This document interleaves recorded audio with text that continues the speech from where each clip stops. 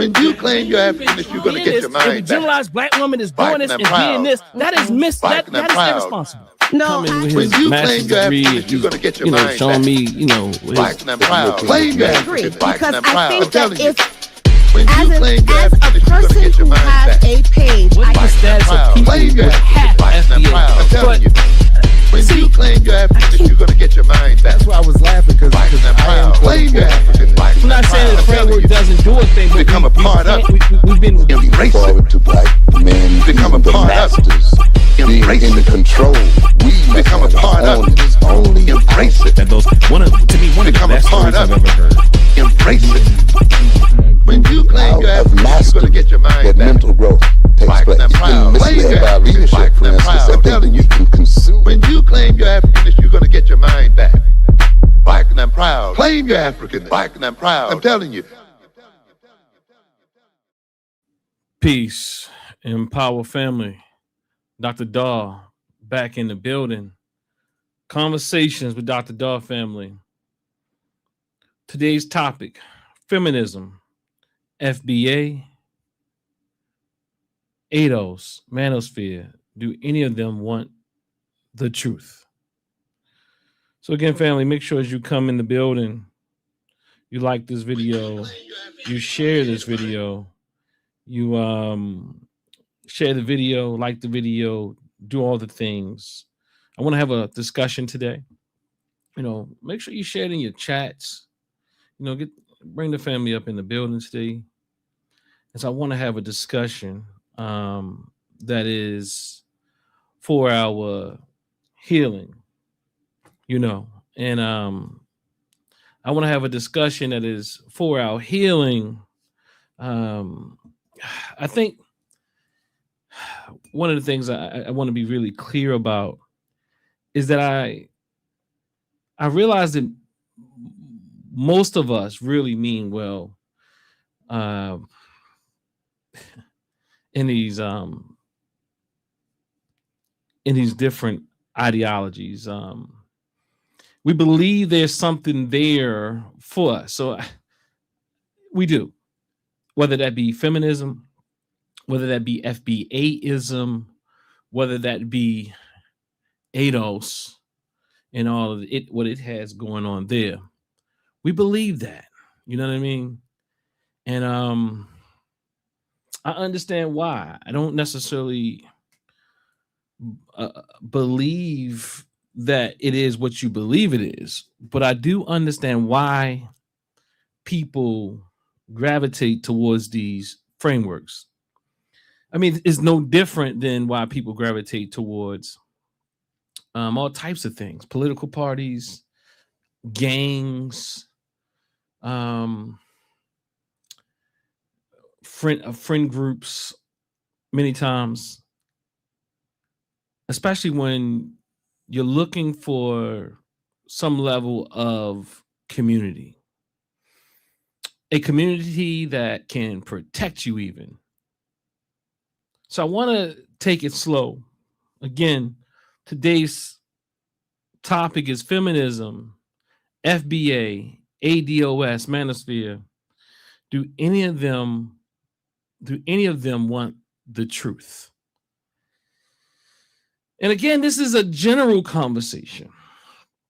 It's not saying it's not saying that there's no thinking people in any of these frameworks, but there is a cloud for most, and it does impact the way that you see the world.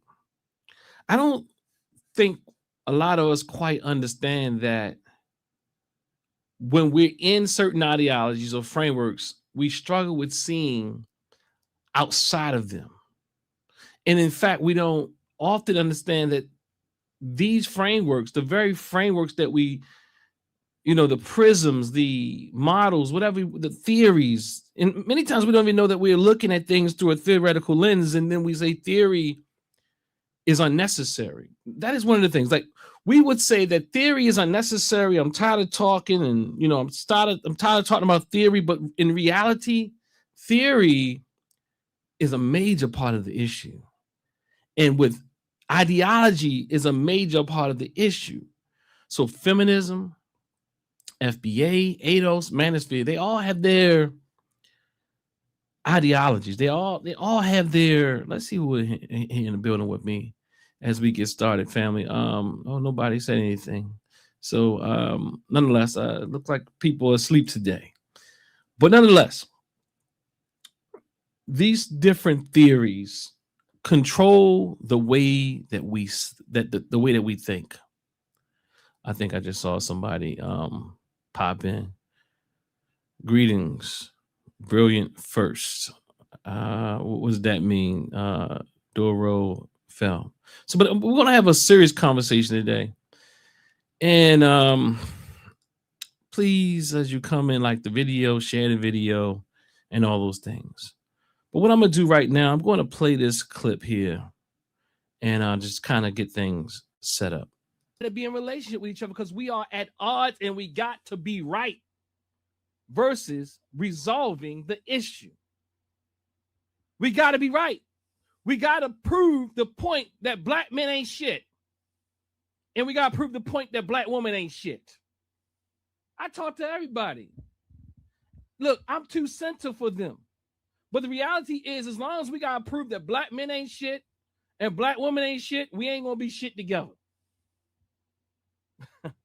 What I am suggesting, and I argue and maintain, we have to find a way to resolve our issues. Look, I'm a happy married black man. Let me say that again. I'm a happily married black man. I ain't talking nothing. I'm telling you the truth. Because we don't get caught on data points. We know that we matter more. We matter more. So again, do you want to be right or do you want to be healthy? Do you want to be right or do you want to be in a relationship? Do you want to be right or do you want to continue the vitriol? Do you want to continue the violence in our community? Because I'm going to argue there are no innocent people. There's no innocent parties here. And the reality is we're all being played. And I'm going to show today just some things that are pretty disturbing, to say the least. But I already knew, and I already know that these things are happening. So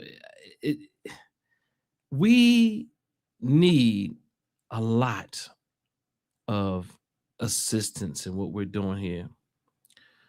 So what I want to do, I want to set this with a few slides from my theory in GIA before I go into showing you some videos and, just to kind of show you the state that many of us are in, and we think we can't even see the trance that we're in. We can't even see the hurt that we are allowing to lead us. We can't see it. We can't see the pain that is leaking. We can't see that our approach is not going to help the situation. Rather, it's going to exacerbate the situation. So Doro Fell says, again, first start off saying greetings, brilliant first. Then I think I asked what it was, and they responded by saying that means black original meaning is shining and brilliant, and we are not only brilliant in skin tone, but also mentally. I appreciate that. And yes, the term you put here, Doro Fell, maladaptive behaviors. And that is what I see all over the place. And what do we mean by maladaptive behaviors? Maladaptive behaviors is your attempt at adapting to the situation, to the issue, to the concern, to the phenomena, the struggle, the stress, whatever it is, You're trying to adapt to it, but you're using skills that served us on a short term, but in the long term, it causes more damage, or just it causes damage in the long term, equal or even more at times. It doesn't really remedy the situation. We think we're helping, we think we're aiding, but we're causing more problems because we're not seeing the things clearly. And when we feel threatened, when we feel afraid, when we're operating out of a state of rage and fury, it's very difficult to see clearly. When we are not able to regulate our emotions, it's very difficult to see clearly. When you think that all of these people, all of those people, these people are this way, or that people are that way, you aren't seeing clearly. And then you feel like people are attacking you that aren't attacking you, and you see things in way you become very hypersensitive. And I am saying this society has caused us many times to be hypersensitive. So let me go into Gia, the theory, and I just looked up this one term that I've created. I mean, well, I didn't create the term, but the term I borrowed this term from. I think originally when I first came across it was a medical term that I came across some years ago. I'm trying to get this. I'm hearing a little feedback in my thing. So, and the term is overcorrection. So in Gia psychotherapy, in Gia theory, the theory that I've compiled as a result of the research that I've come to know from an African-centered perspective, is that we're out of balance. We're out of balance. So Jadorian, peace and honor. Mr. K, we miss you, brother.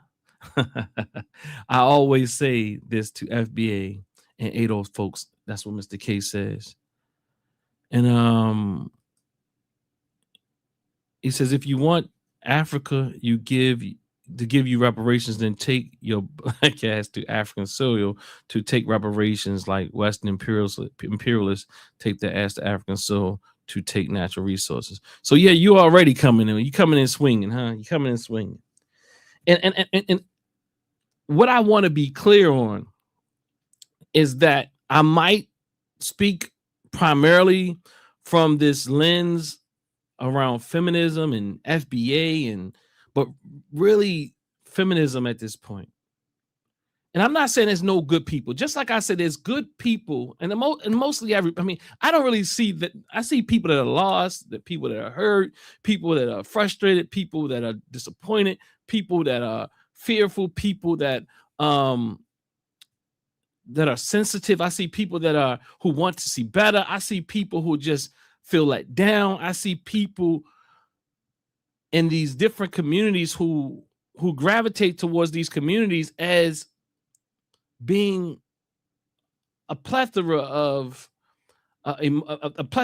emotions coming up in them, a plethora of emotional states, psychological states that lead them into these type of camps.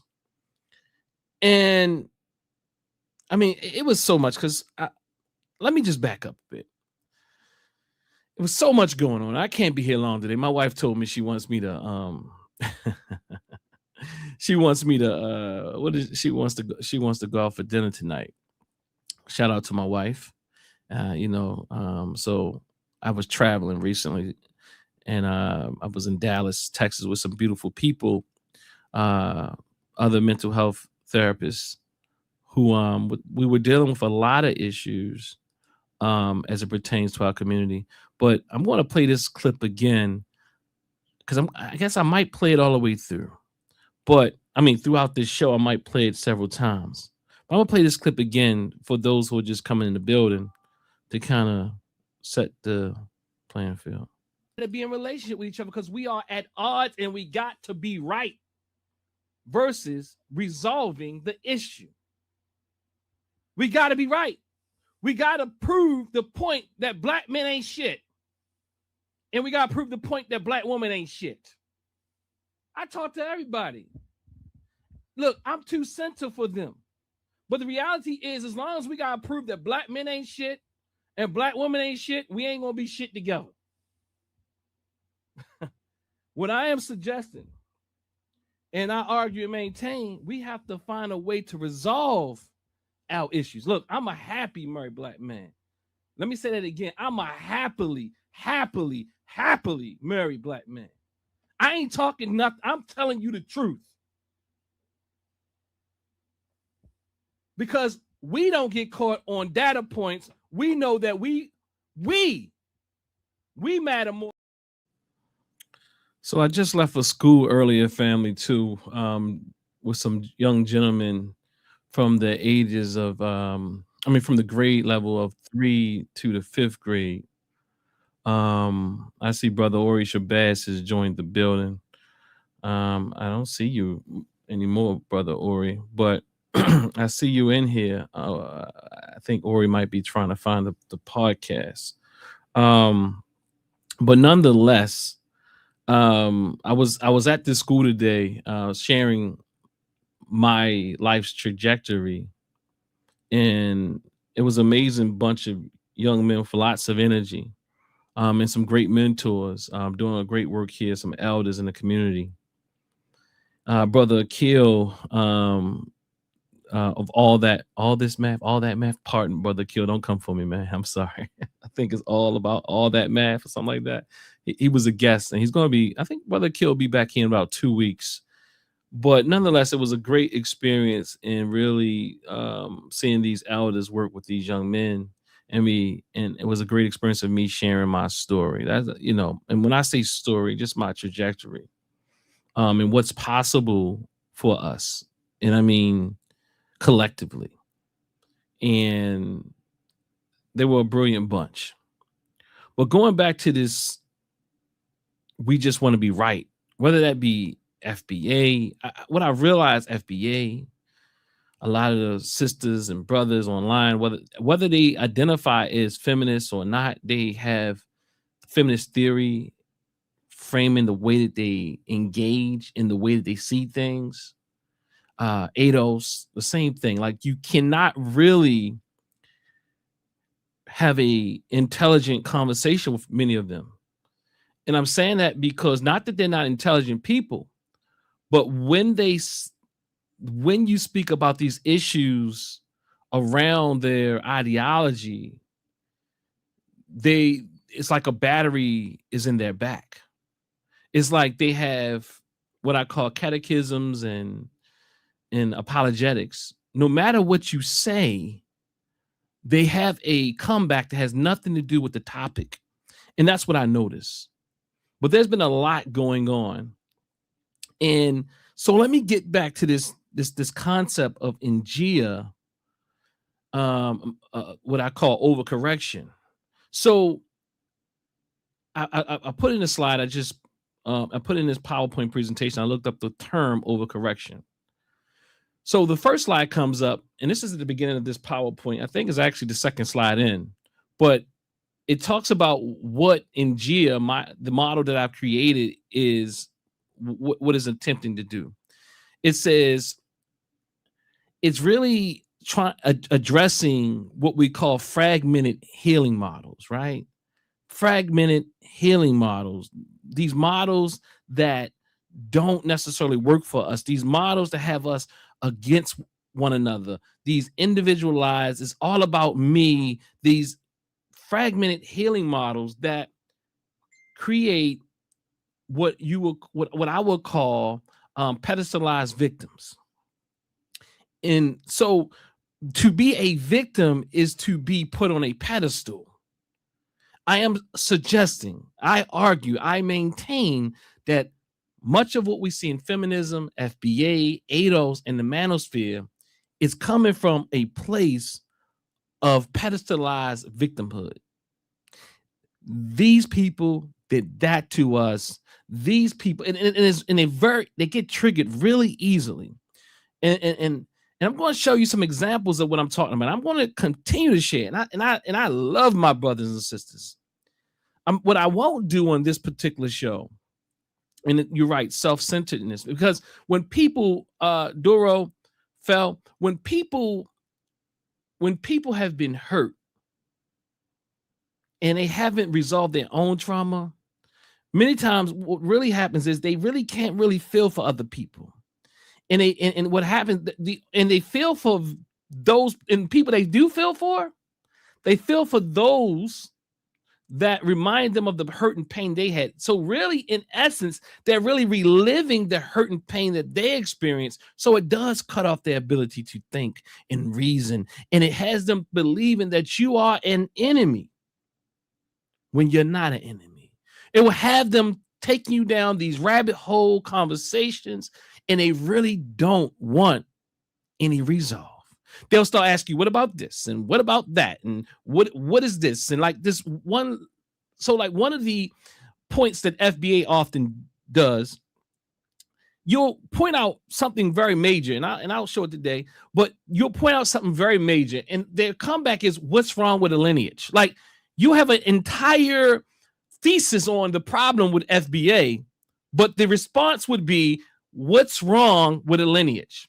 Similarly, I pointed out how feminism many times creates this divisive nature through its theory, and it's, you know, and these other things about how and why you can find feminism in academia versus really liberating models, revolutionary models.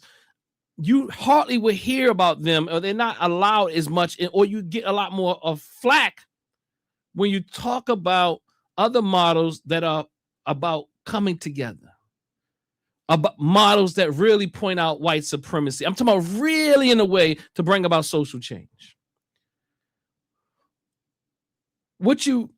So instead of responding to exactly what you're saying, the content, it'll be like, what's wrong with stand up for women's rights? Like, who ever said that? Like, what's wrong with a lineage? What's wrong with women getting equal rights? Look, I have no problem with women having more than equal rights. Have no problem. Now, I think that this framework has it has thwarted your ability to see clearly, especially when it comes to your black male counterpart. And I'm not, and also when I say black male counterpart, I'm also saying black males who adopt these frameworks and black females who adopt these frameworks, because the reality is feminism is not a gender specific theoretical framework. It is a framework that even if you have not been trained in it, you have been trained in it. And that is the thing I really want to highlight, that even though me, we may not know exactly, we might say, I don't study feminism, but the reality is, if you've gone to college or you talk to people that've been a part of these university structures, you're likely have been, no, it's not likely, you have encountered feminism without naming it. You will go through an entire master's degree program and an entire doctoral program and not know that you're dealing with feminist thought or humanistic thought. You might even know the framing and how you were trained, but the program has an agenda on how, and the people and the mindset they want to create in order to bring about change or maintain the status quo. They might not even name it. They may name this, but there are values in all educational programs. They have a product that they want to create. You know, there's a product that they want to create. In African-centered thought, and we got a lot of fake Afrocentrists, a lot of people who really, and what I mean by fake Afrocentric, I'm not even talking about the pseudos, right? The pseudo Afrocentrists at this point. I'm talking about the people who put on the garb and they in the schools, but really they're feminists. I'm talking about males and females. And I'm not, look, when I say feminist, the issue is there's an imbalance. There's an overcorrection that happens many times, if not most of the times, with these ideologies. They even speak about them themselves. So the overcorrection I put here, okay, so what Ngia attempts to do is address fragmented healing models, overcorrections to oppression that become anti-cultural and anti-structural. And the reality is feminism many times in other frameworks that we talk about become very acultural, anti-cultural, or whatever you want to call it. We can really debate about the word choice that I have here. I mean, because I can debate with it myself. But the reality is it's a very liberal framework where nothing really matters anymore. Gender roles don't matter until you want it to matter. You know, all like cultural things and what they tend to do is point out you would not believe that the training itself is anti-Afrocentric in a sense. I have not met too many that can reconcile being strong feminist and also a person that is African-centered. In fact, I've been told by many of my dear students that they can't resolve the issue because because Afrocentricity has, or African-centered thought has some level of roles that they feel are not necessarily consistent with what feminist thought or liberal thought teaches, or they'll say like, well, African-centered thought did not talk about this. It didn't talk about that. It didn't talk about this. I said, why don't you talk about it from an African-centered perspective? But no, feminism creates a vocabulary in your mind. Liberal feminists, liberal thought in itself creates a idea, a framework, a prism to see the world through. So even the idea of how you identify, identity politics, and if you don't subscribe to those terms in the way that liberals say you should subscribe to them, then now you become an enemy. And to many feminists, they would say, or even some who call themselves black womanists, because it's or black feminists, because the idea is, as Dr. Clear Hudson Weems it says, is they just put the black on top of the feminism. Now there's some other things that's going on, and maybe there's some nuance there and all that type of thing, but at the core, it's a very anti-African-centered type of framework. I've never seen too many people who are strongly in that direction that can resolve the struggle with inside of them. I'm not saying everybody that can resolve that struggle inside of them to also appreciate African-centered thought. So again, what Ngia attempts to do is address false binaries such as science and spirit, cognition, emotion over individual versus collective. And I'm going to say that from my standpoint that, and from Ngia perspective, feminism is a very individualistic, even though it might seem like it's collectivistic, it's a very individualistic. FBA is a very individualistic. They're very individualistic frameworks. And why do I say, especially when I talk about feminism, is a very individualistic framework? Because it's about my pain, my trauma, my hurt.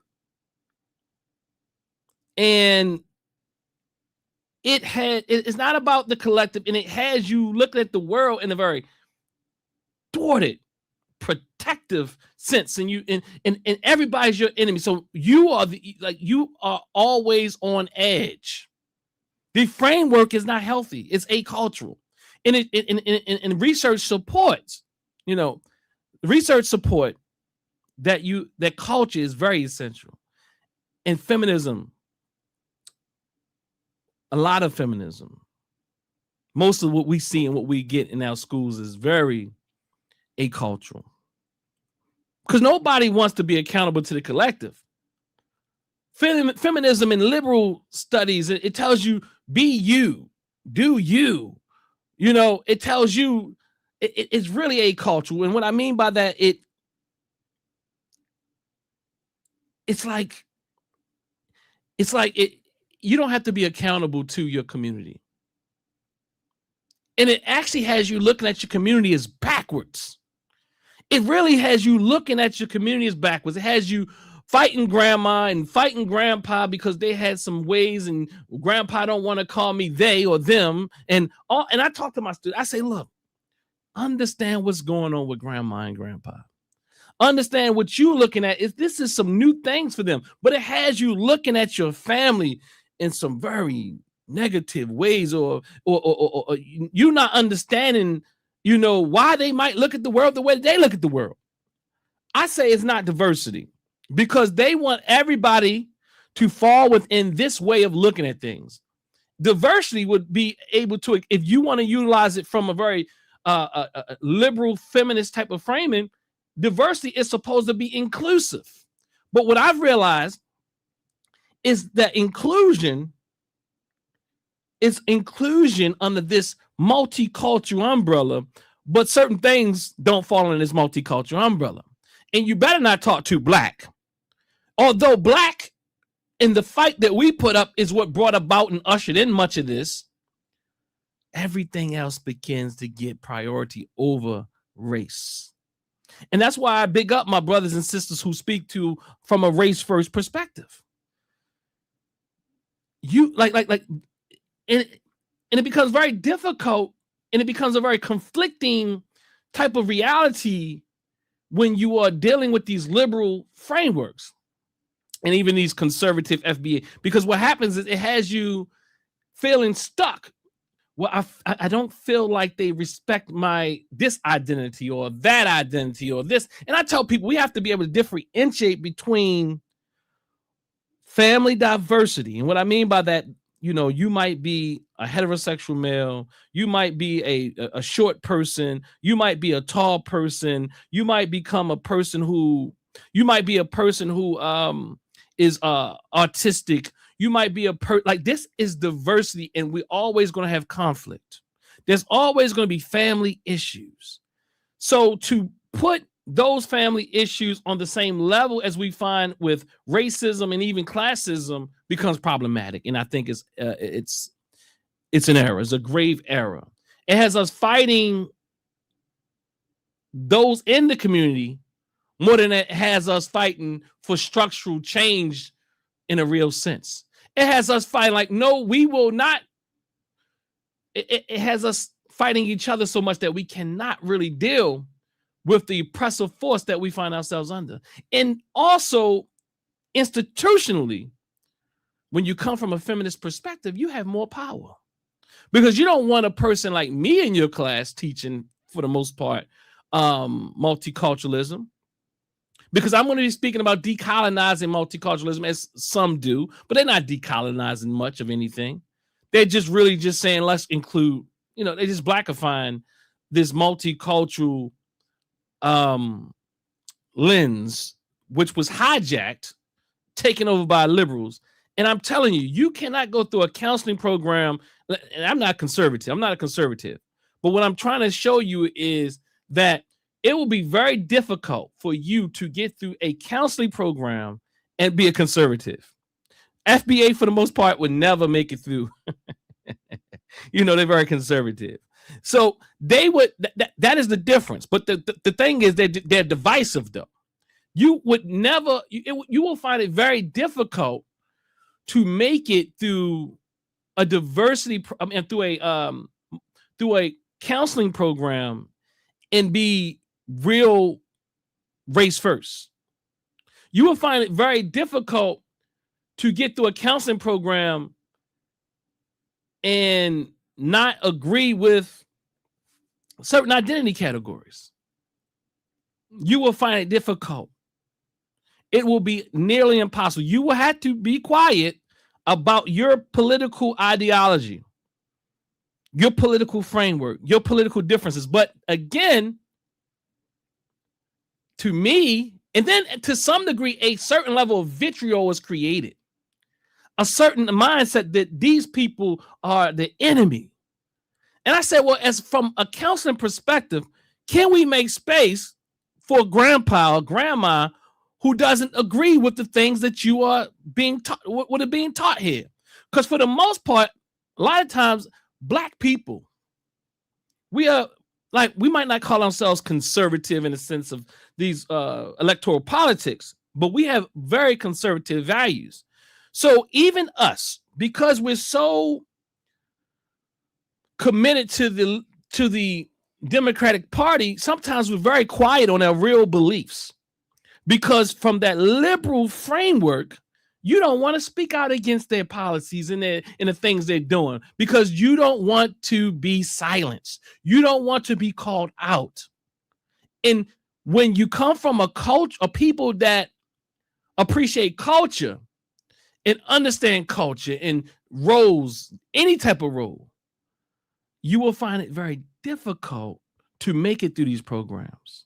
When you are from the dominant culture, you can act like culture is not essential, but you can act like it's not essential because your culture dominates. Your culture dominates. But so you'll see these people, these white women that make up a small minority of their white women, talking about all this freedom stuff. But the reality is the majority of white women are not these college educated white women who are tricking us.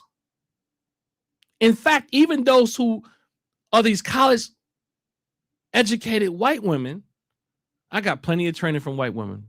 You can't tell me much about it. I teach them as well. They really don't want to bring about these liberal white women who adopt feminist values, and our Black sisters work with them and Black brothers work with them because we've been indoctrinated once we've gone through these institutions. We become, and you mean well. You mean well. You really mean well. You mean the best for your people. But to some degree, there becomes a compromise that you're willing to take to get tenure. That becomes a compromise that you're willing to get, that you justify some kind of way, you rationalize so that you can feel comfortable with your position. So whatever the institution, whatever the curriculum, whatever the authorities in your association, whether or not that be the APA, American Psychological Association, the ACA, the American Counseling Association, whether that be, I can go down the list, the Sociologists Association, the musicians, the artists, whatever, the Teachers Association, you will compromise and close off a part of what you really believe, and you'll make yourself believe whatever it is so that you can maintain that status. And you will begin to believe that this is actually your thoughts. And you will become open to everything. And that's why I'm calling it acultural. And we cannot be an acultural people, especially since the research supports that if you're going to be political, that culture is essential to your own mental health. Let's see what y'all got going on up in this chat boy here. JG11, peace to the brother. Don't know what y'all got going up in this chat right here, right now. I think I saw something from my dear brother, Jadorian earlier. It looks like it kind of went away. Let me do this real quick. Let me move this over here. Let me move this right here. Take this right here. Let's see what we're working with here.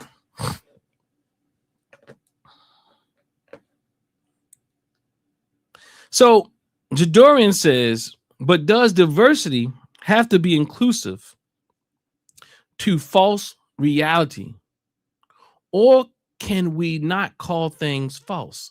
Jadari, I'm not sure exactly what you're getting at, but let me try to read it again. But does diversity have to be inclusive to false reality, or can we not call things false? If I'm following you, Jadorian,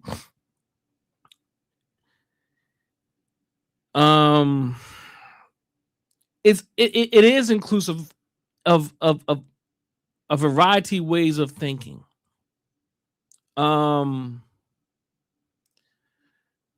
And sometimes without much data to support it. You don't need much data to support these theories that people are taking as actual facts. A lot of what I'm challenging in feminism is, one, the theoretical absolutes that they've made that they don't have data to even support. And the reason why you don't have data to support everything, let me just be clear. But the way that they painted the black man is horrendous. And they will go so far to prove that the black man is an oppressor. They will find many ways that's not consistent with other forms of oppression. It's kind of like, well, you can't be oppressive in a sense. You can't be called a racist, many people would say, if you don't have power, structural power.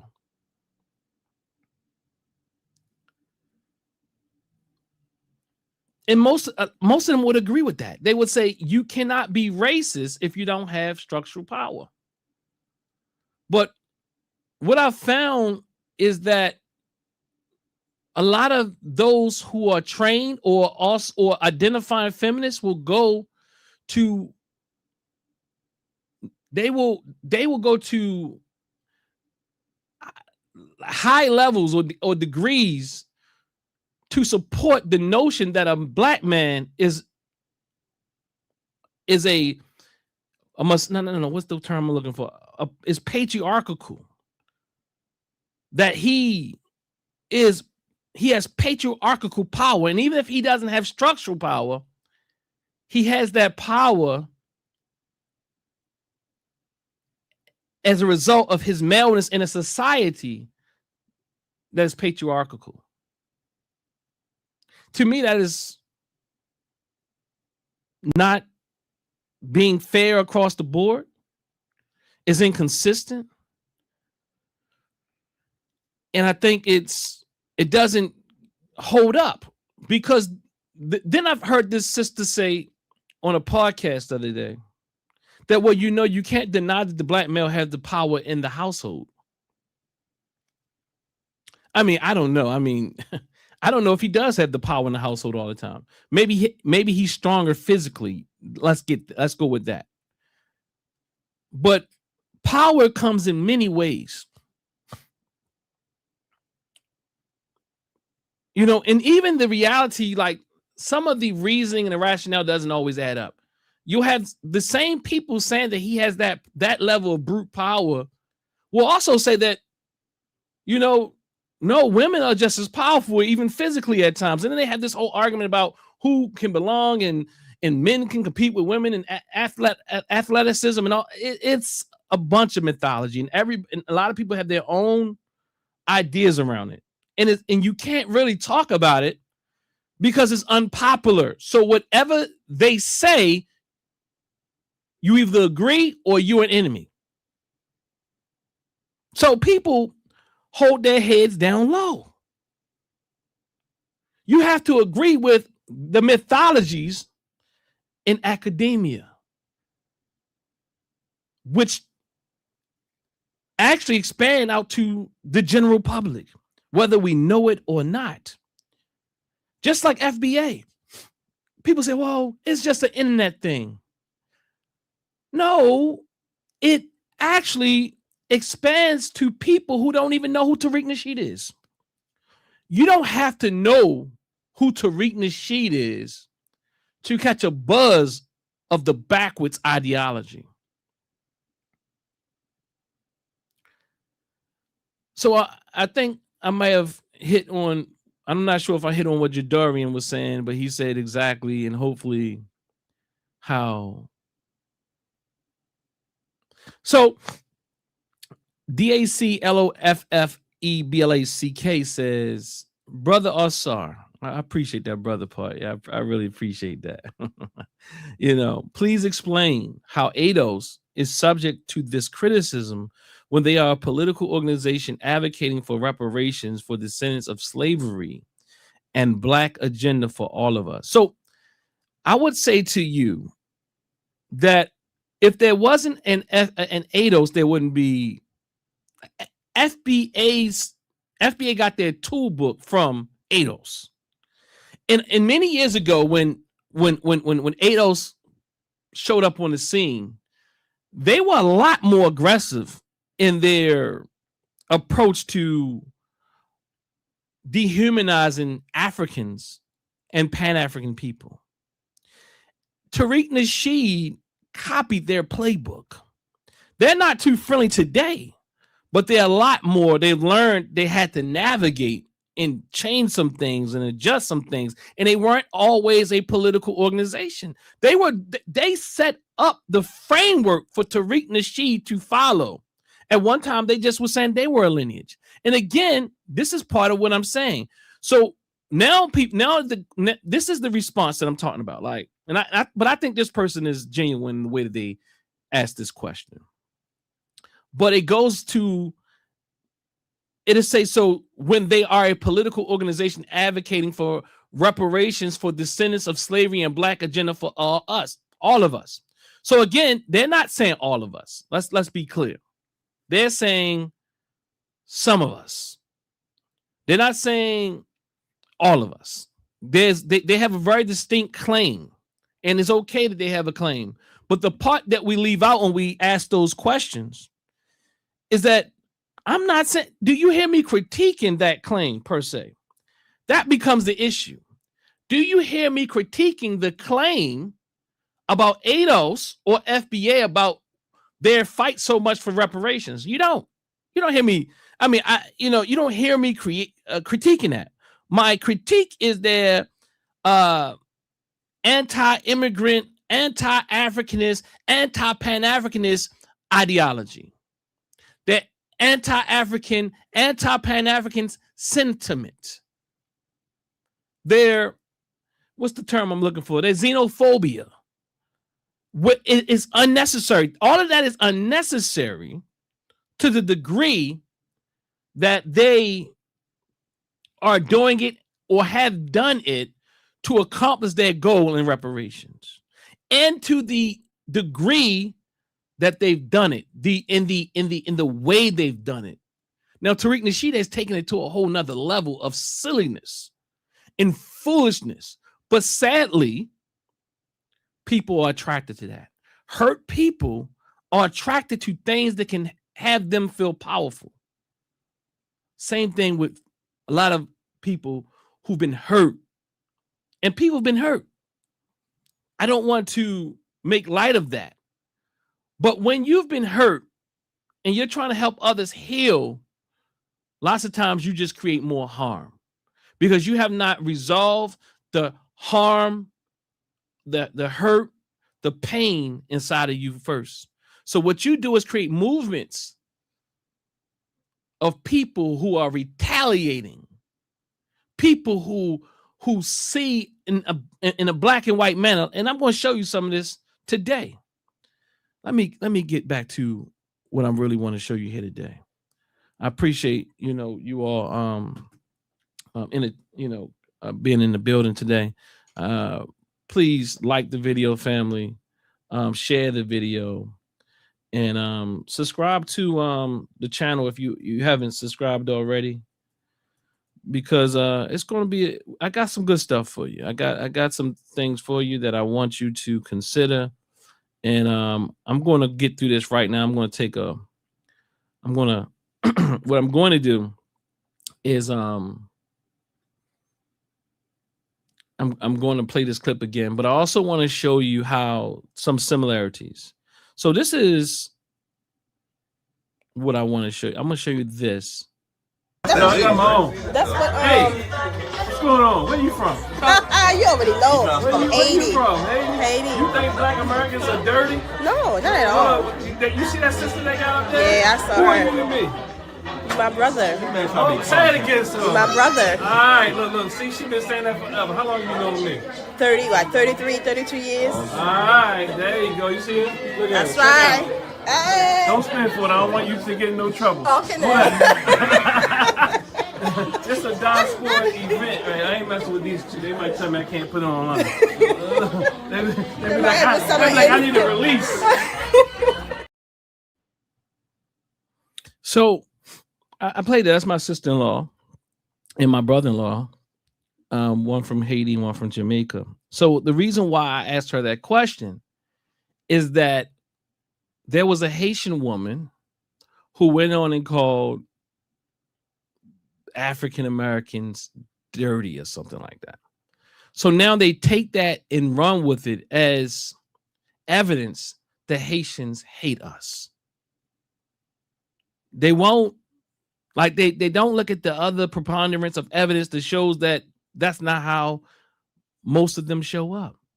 All you need to substantiate your mythological ideology is one case here and there. And I mean, even if you go and get 100, that's still not enough. If you go and get 1,000, in a real academic and statistical sense, it's still not enough. But still, though,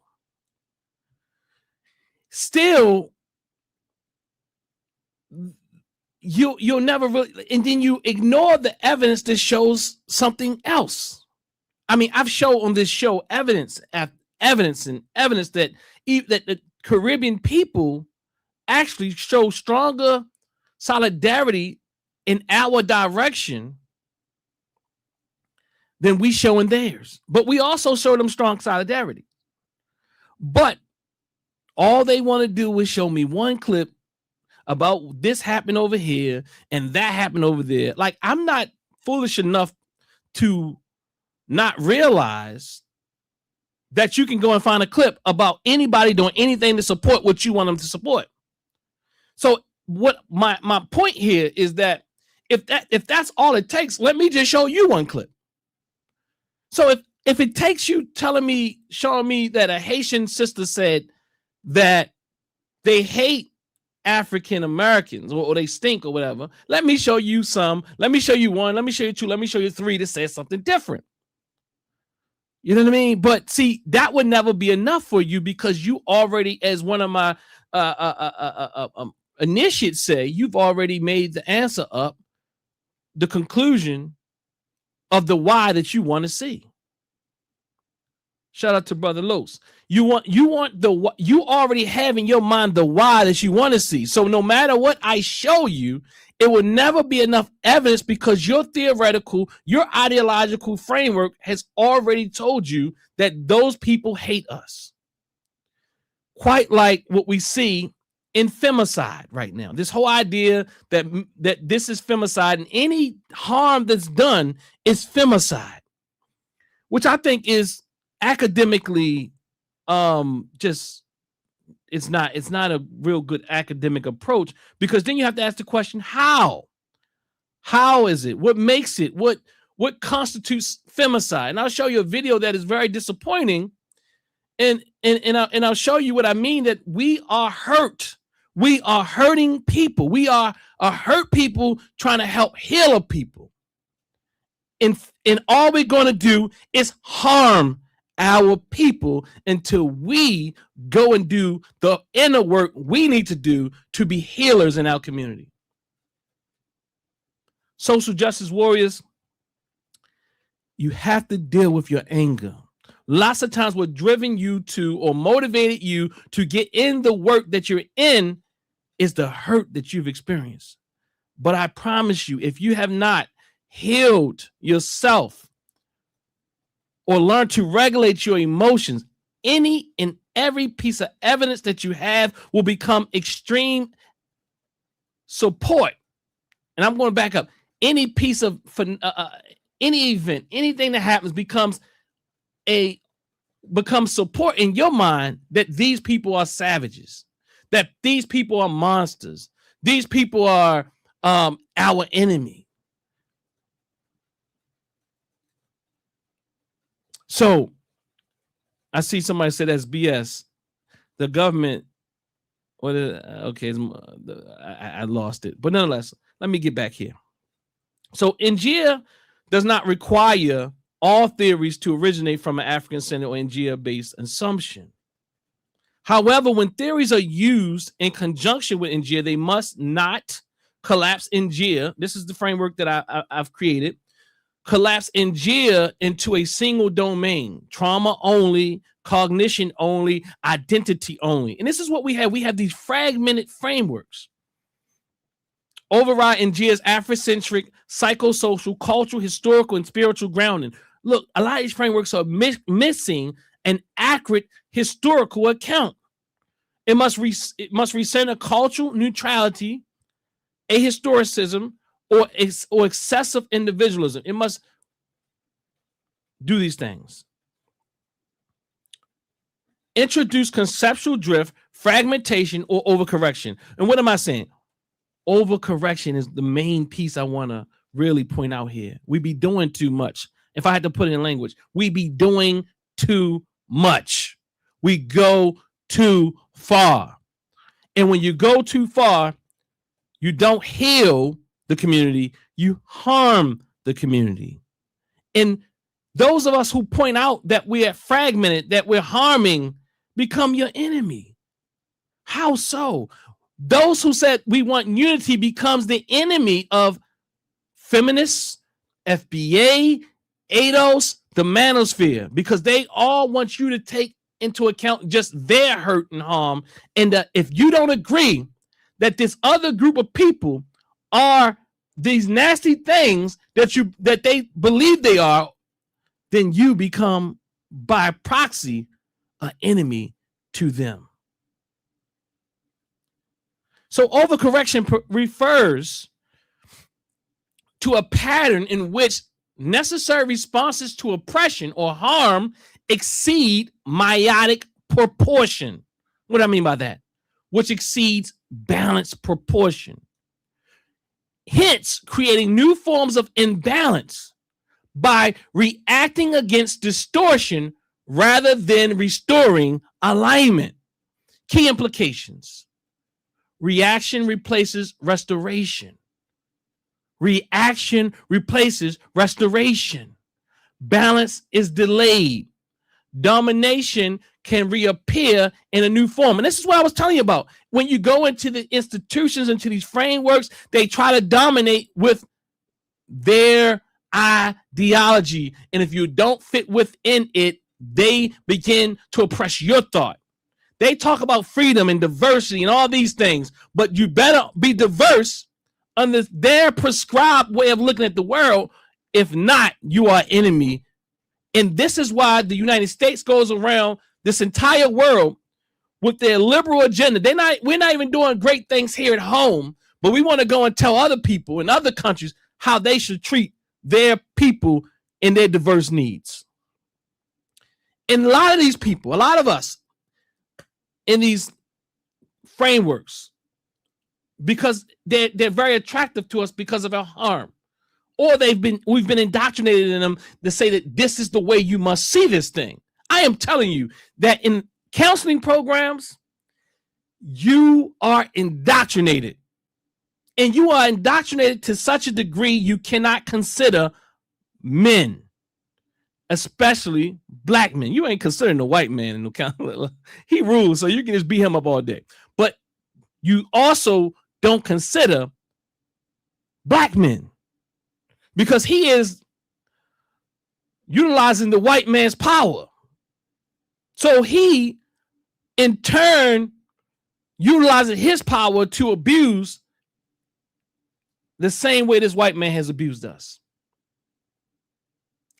These frameworks, like the Duluth model, which many people don't even realize this is what they're talking about, power and control and all that. I've been trained in these frameworks. They, in their inception, they were created with the idea that abuse was one way. So these things, these frameworks actually create how we see things, how we see it. They train us how. Look, we talking about the police and police brutality. We're talking about when the police show up and he called the police because maybe a sister was doing some harm, but now he gets locked up. Now the reality is, this is not excusing black men at all, because I know that. See, that's that natural reaction that you have. What I'm saying here, though, in this particular case, a black man could be harmed, and because the ideologies that is pervasive in our society, the black man is the harmer, even if he was the one calling.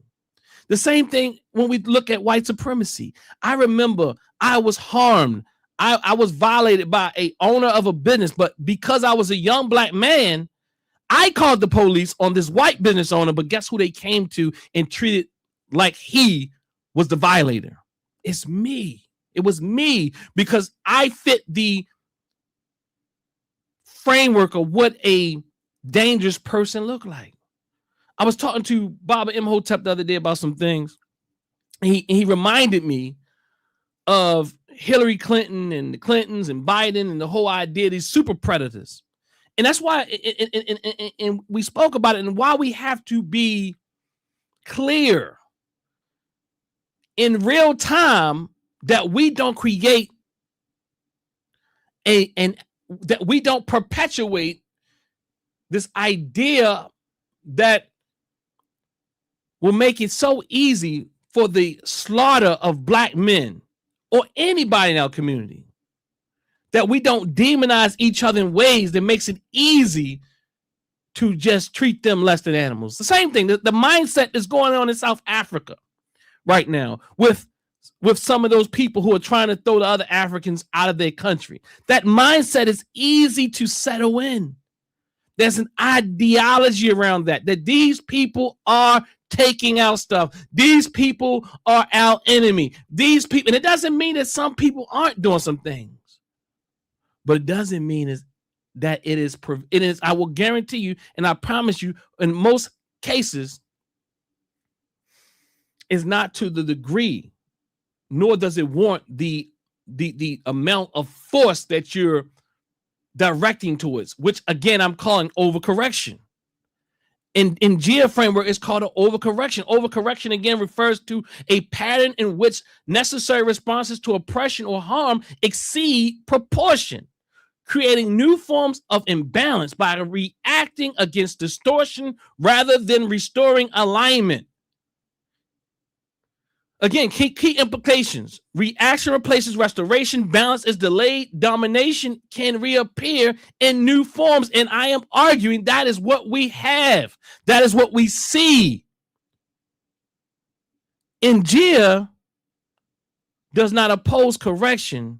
It opposes imbalance. Overcorrection. When necessary, correction becomes new imbalance. Many social, political, and counseling frameworks emerge as necessary responses to oppression. Overcorrection occurs when reaction replaces restoration. We are being very reactive. And if we already knew that, and we really believed in those statistics that we're citing and we're quoting, why are we so up in the uproar now?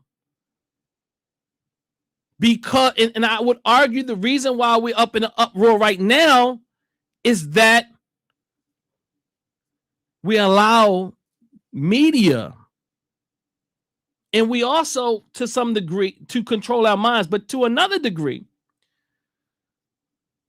that when we see high profile people experience what common people experience, and I'm using the language, I don't really agree with it, but what common folk experience, they're not supposed to experience that. It's okay for common Joe to experience it.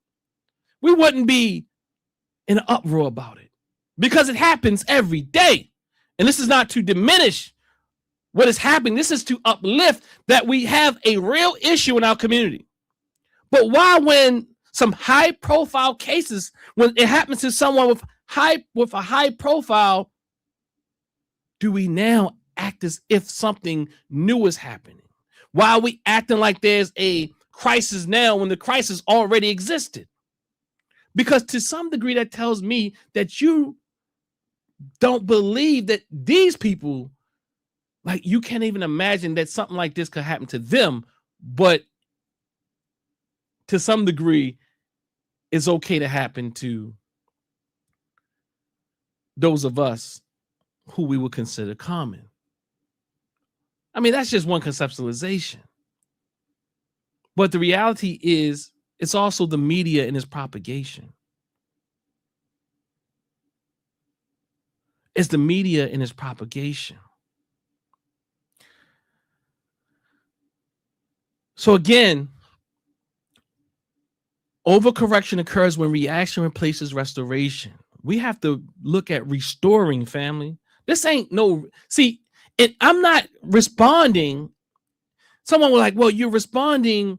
I'm not reacting. I am responding. See, in Gia, the theory it's already in existence. I am not responding and reacting because I'm a man and all male and all this type of, no.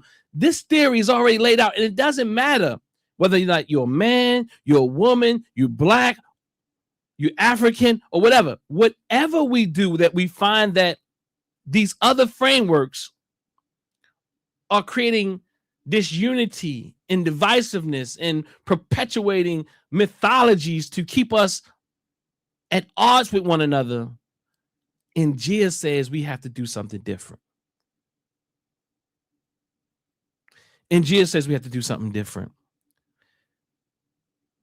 Again, imbalance is reproduced in a new direction rather than resolved. Again, it's about resolving.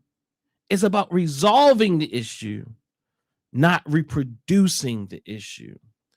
And Gia names overcorrection as a loss of meiotic proportion. We're out of balance, family. We're out of balance.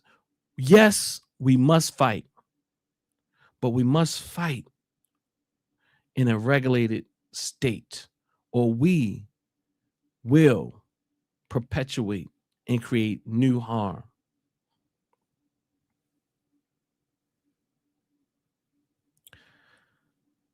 I put here, overcorrection is not isolated to one movement. These slides are way back before any of this. Feminist, liberal, and therapeutic frameworks often arise in response to conservative oppression. Rightfully so at times, yeah. Because conservative oppression is real. Some responses unintentionally reproduce domination through new moral or ideological hierarchies. Power shifts form, but domination logic remains. In Gia critiques patterns, not people or movements. Look, yes, it critiques movements as well. But definitely, it creates more so, we create the pattern we find within the movements. And that's what I'm really trying to say. And that is what we're dealing with, family. We're dealing with imbalance.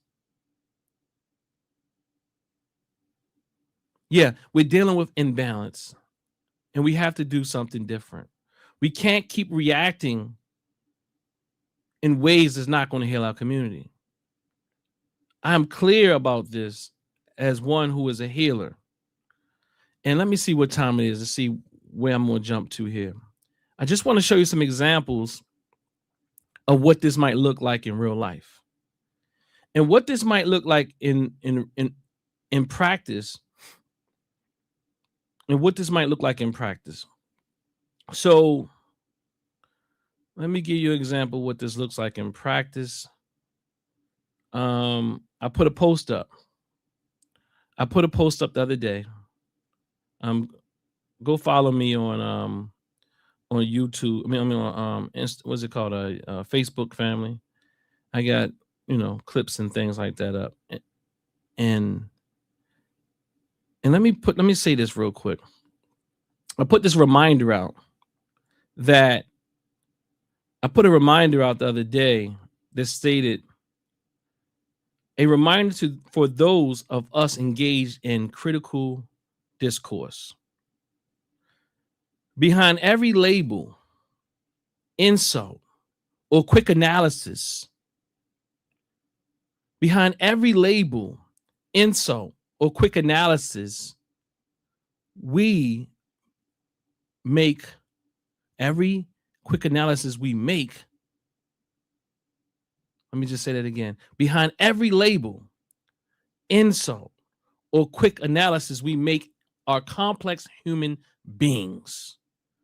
People with full interior lives, histories, contradictions, and often the capacity for growth. And I said often, the capacity for growth.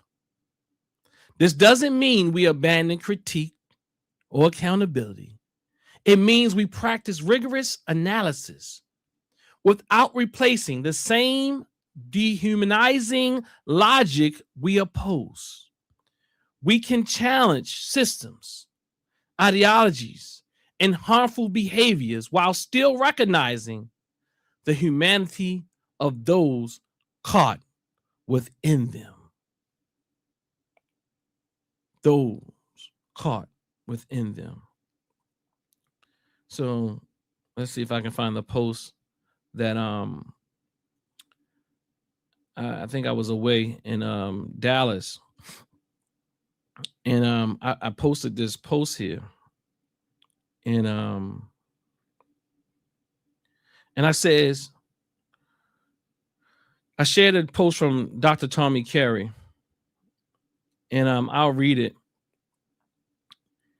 And this is my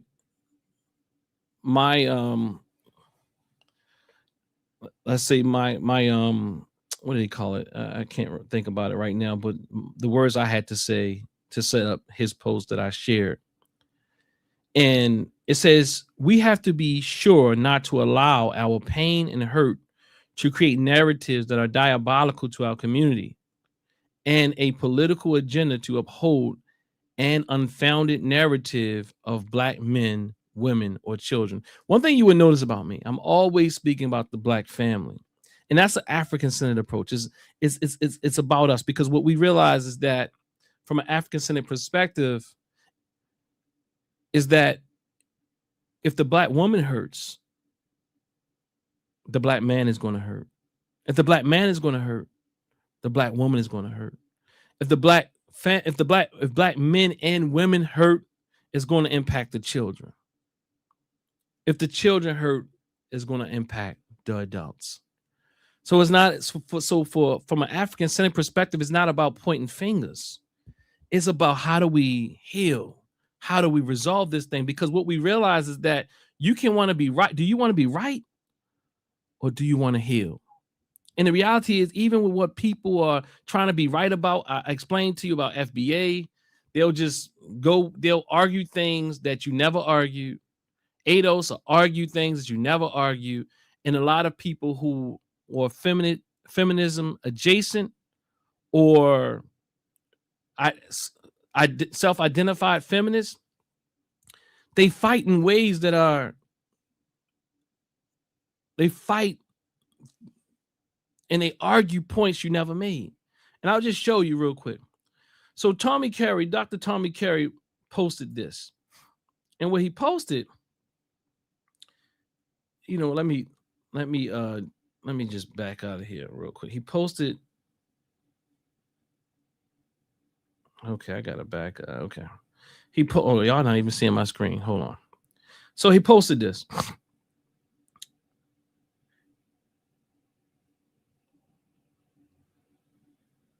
Okay. He says, of the 12,276 Black homicide victims, 10,464, in other words, 85% were male. And this is a study, right? I think this was like 23 or 24. I can go back and show you the top part again. I'm sorry. My screen is acting a little weird. Now, to be clear, this is by most of these cases are by other Black men. No one's denying that. In fact, it supports his point here. The homicide rate of Black male victims was more than 4 times the overall rate for male homicide victims, and more than 8 times the rate of white male homicide victims. He says, where he highlighted here, while homicide rates remained relatively stable for white males between 2018 and 2023, rates increased drastically for Black males between 2019 and 2021 before decreasing in more recent years. He has over here the homicide rate in 2023 for Black female victims was nearly 3 times overall rate for female homicide victims. 7.8 per 100,000 compared to 2.8 per 100,000, and more than 4 times the rate for white female victims. The Black male homicide victimization rate was nearly 6 times the Black female homicide rate, victimization rate. He goes on down here. It says he says similar to Black male rates increased drastically for Black females from 2019 to 2020. So we have a problem. And so let's read his. Let's read his. Oh man, I'm sorry, y'all. Is this it? Oh yeah, this is it. He says his point for pointing this out. He says, let's stop demonizing our own people on social media. All I see are these posts saying that Black men are dangerous, violent, and killers.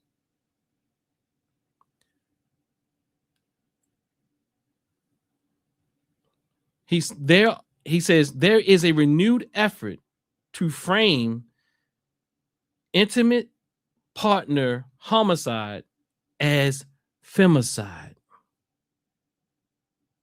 and suggests that the disparity in homicide rates between Black women and white women are evidence of intentional killing of Black women in Black communities. He's pointing out the logic here. He said, this is false. Both Black men and women suffer from disproportionate rates of homicide compared with the general population, and whites in particular in the United States. This has been an enduring problem and one that was blamed on Black women given their rates of intimate partner homicide in the 1970s. What he's saying here is that there was a time where Black women were also being blamed. It says here, this has been an enduring problem and one that was blamed on Black women given their rates of intimate partner homicide in the 1970s. So again, what he's pointing out is that there's times in history that Black men were being killed at higher rates from their partners. He goes on to say, it is not true that Black men are killing Black women at a rate that makes it intentional genocide of women a likely explanation. Let's say that again. It is not true now that black men are killing black women at a rate that makes it intentional genocide of women a likely explanation, any more than it was true that black women were killing black men simply because they were men and felt the need to dominate them for lack of a strong male in the household to lead. These are both pathological theories based on ideology, not data. Again, this goes back to what I'm saying. We get caught up in theories, but not the data. And what is he saying here? He's really saying that there's something else going on. And he finds it to be inaccurate to just say that it's femicide just because in all these cases, right? And or the evidence is just naturally what people have run. Like I guess about a week and a half ago, there was someone in the chat who kept saying femicide of black women and femicide of black women before we could even hear exactly what went down. And I get it. I understand why people would feel hurt. I understand why our sisters would feel hurt. I understand why brothers feel a certain way. I understand why people feel the way they feel, but we have to keep it together, especially when we're leaders in the community, because what we say actually gains traction. And understand that me saying that we have to stay balanced and we have to consider everything, because we have to consider what we say out of our mouths and how that will impact our community. Because when black men hurt, black women hurt. When black women hurt, black men hurt. So the same people who are arguing against police brutality are also screaming femicide in this type of situation, which is dangerous, because this type of mentality sets black men up as being murderers, killers, so on and so forth. I mean, because people are using very absolute terms. And I get in these particular cases why people would even feel or even scream this type of thing. I understand, I do. But when we slow down and regulate ourselves, we will realize we don't have the evidence to prove that. You would argue that it's not mental health. There's more evidence to support that it was mental health. I'll give you an example the fact that the person was suffering with depression or alcohol disorder. Alcohol disorder is a mental health problem. I want to be clear about that. It's diagnosable. I'm just saying, like, we have more evidence for trauma than we have for feminicide. We're reaching and we're stretching, and it's not that you know.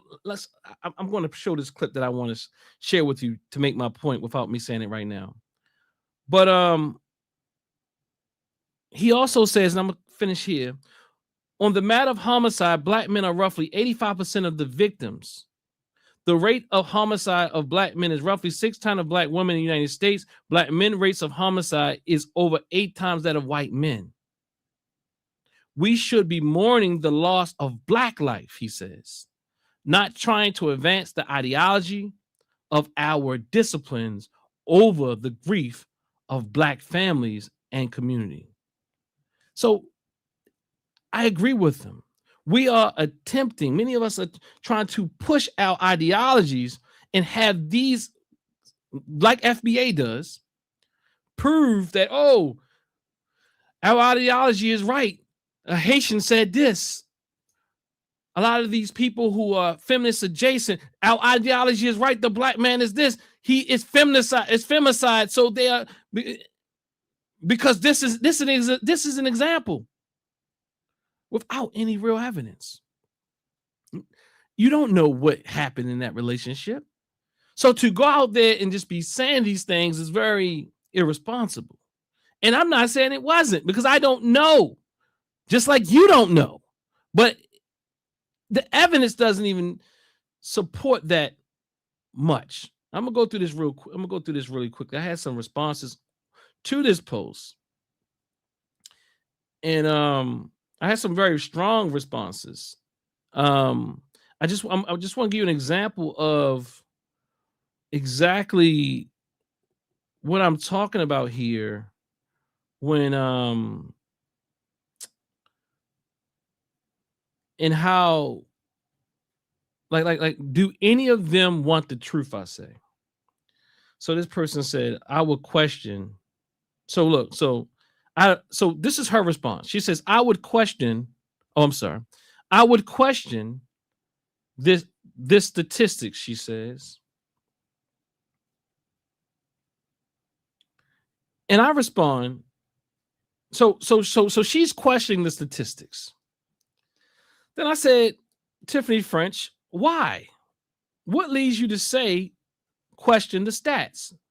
They are not his stats. They are the stats people have been using. So he shared the actual documents. Because people have been using the same data to try to support femicide. So we go on to have this conversation.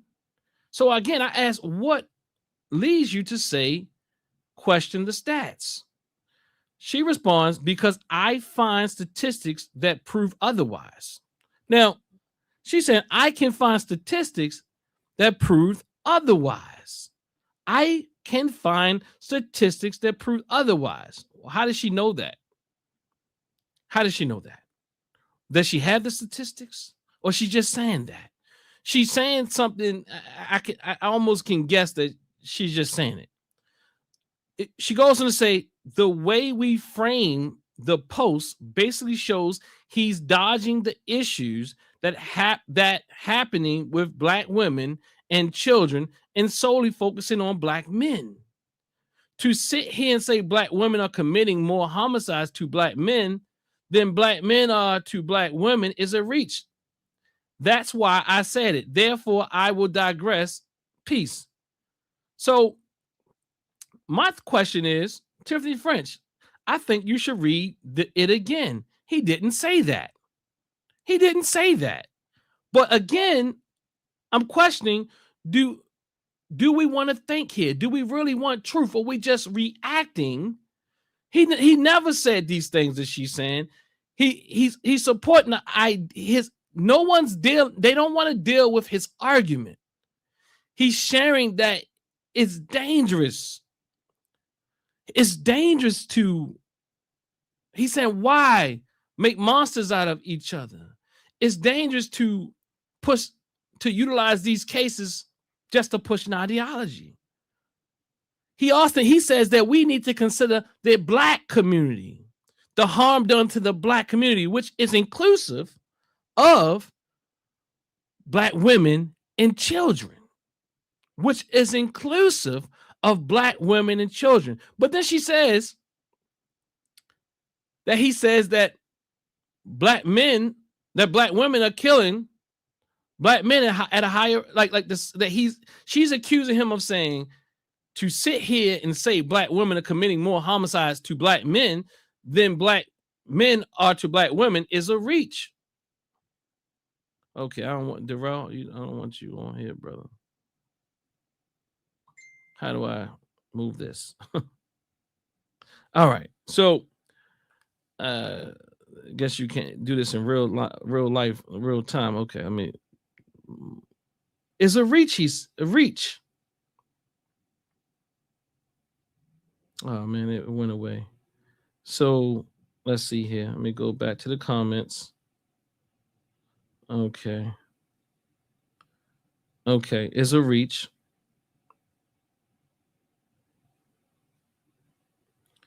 All right, I'm back. So it says, so again, she says, to sit here and say Black women are committing more homicides to Black men than Black men to Black women is a reach. That's why I said it. Now, he never said that. He never said that. When did he say that? That's why I said it. Therefore, I will digress. Peace. So she closes out strong, drop the mic, mic drop, but never really, she's not addressing anything that he's saying, and she's saying things he's never said. And it's okay, I understand.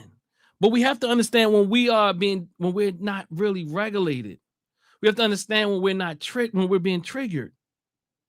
Then she goes on and says, I think you should read it again. He didn't say that. Then she says, I read the post. I don't see where he is pointing out the concerning issues of Black women, children. Again, I digress.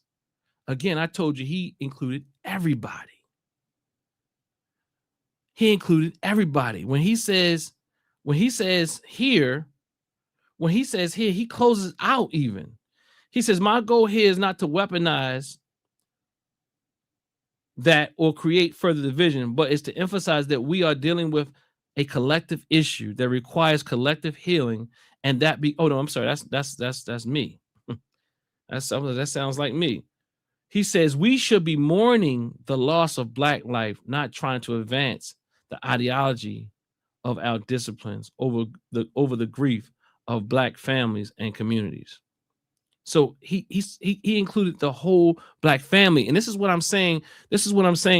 What I said earlier, lots of times it becomes more of instead of trying to heal the Black family, it has to be about this issue. In order to really deal with these issues, we have to deal with the whole. And that is what I'm calling a very liberal way of pedestalizing victimhood. And if you don't agree with the way that I say it and who I say need to be censored, then you are a part of the enemy. And then you can say things like, boy, bye. So again, she says, I read the post. I don't see where he is pointing out the concerning issues with Black women and children. Again, I digress. I says, Tiffany French, it seems like the critique has changed a few times. From questioning the stats to what was said to what was emphasized. The stats themselves weren't incorrect. And the post, see, she never wants to deal with that. And the post does acknowledge Black women and calls for mourning. It does acknowledge Black women and calls for the mourning of Black life overall. At this point, it seems like the disagreement is about emphasis, not accuracy. So again, this is what we're dealing with. And I believe my sister, Tiffany L. French, means well. Now, this has been publicly pushed. Now, keep in mind, I have other people on here that I'll address later. This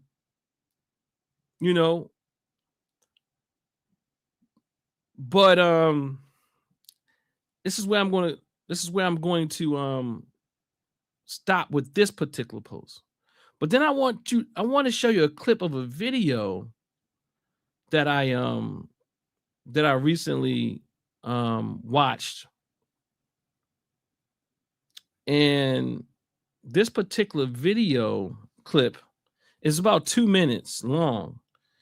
And again, so I asked the question, Feminism, FBA, ADOS, Manosphere, do any of them want the truth? Do any of them want the truth? And let me see where my all right, let me see if I can play this video now. So I saw this video come up entitled Femicide. It came up on my in my YouTube algorithm. I know my brother Geechee here. I've heard of brother Dr. Yusuf Bunchy Shakur. I think I remember seeing this sister Sherry Daniel somewhere before. Like I've seen her maybe on, on Black Liberation Media. So I this clip came up and I decided to look at it. So let's see. I'll play the clip, and I'm going to show you. Like this is an example of much of what I think this clip is just going to set the stage of what I'm talking about. Can you define what is meant by femicide? I'm unfamiliar with it. Femicide is like murder on women. I don't know. I actually do need to look if it's defined. I think it's just murdering women or murder of women. But yeah, Black femicide would be murder of Black women. And the talk about it is just, you know, the level of Black women that get murdered in like interpersonal relationships, you know, is very high. And there's just been a lot of different responses to it. There's been a lot of, you know, there's a Sabrina Fairfax thing. Before that, there was an influencer, Ashley, I'm blanking on her last name, but that happened to her. Before that, there was a mayor that got killed by her husband. And then recently there was a Black man this past weekend that murdered 8 of his children and attempted to murder his partner or ex-partner, 2 of his ex-partners, I believe. I think both of the partners survived with injuries, but all of the children are dead. Like, Geech, you about to say something? Or? So I think I never really, I mean, I heard it, and I guess that's a good question by Yusuf, because I wonder if there's like a working definition, because what I even just looked up real quick, it says is the intentional gender-based murder of women or girls, typically defined as the killing of females by male because they are female. Mm-hmm. It is distinct from homicide, mm-hmm. as it is driven by misogyny, inequality, and male entitlement, often involving domestic violence. So I think this listening to that particular clip can show you how dangerous it is. Like, to call something femicide, Can you define what is meant by and the definition that was initially given was given just the murder of Black women, I mean, of women in general. So one would have to ask the question, so why would we utilize the term if it's just generally the unaliving of a woman? In this case, she said Black femicide. So I responded on this video. And I'll show you how I responded. I said, when I looked at the video, I said, absolutely. This is me, y'all. I said, absolutely. How does one prove that as much as is being used? How does one prove that as much as is being used? So again, how do we prove femicide as much as is being used? One, if you think about the examples, right? You had this case that was, I guess, a case used as supporting that Black men are intentionally killing women or what have you. I mean, first of all, the definition that she started off with it wasn't clear again. But then at the end, Brother Geechee cleared up with a more specific definition. And there's a variation of definitions, just like you find in academia in general. But the definition that he gave is closer to what most people mean or intend, that Black men are intentionally killing or unaliving Black women due to them being women. You know, there's other reasons, there's other definitions even that I can help support even that argument. But in this case, that was a very weak argument. Because again, how do you even prove in this case? But then you go on and you talk about Black femicide, and we're talking about from Black males mostly, And then we use one case of a white man who possibly killed. So again, we talking about hypotheticals here. This white man in Africa who may have unalived the black woman that was there. So we use that. Then we talk about another case that is 8 children were unalived. And the women, at least it was like an attempt on their lives. Yes. But we still, we pull all these pieces together as evidence.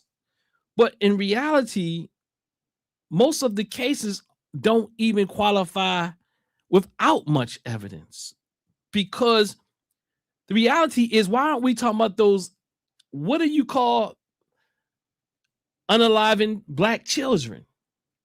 That's part of the focus here. Like literally, if the women are still alive, and it's sad that they had to deal with what they had to deal with, but I'm trying to show you that these theories have us looking at certain genders as victims, even though the children were unalived.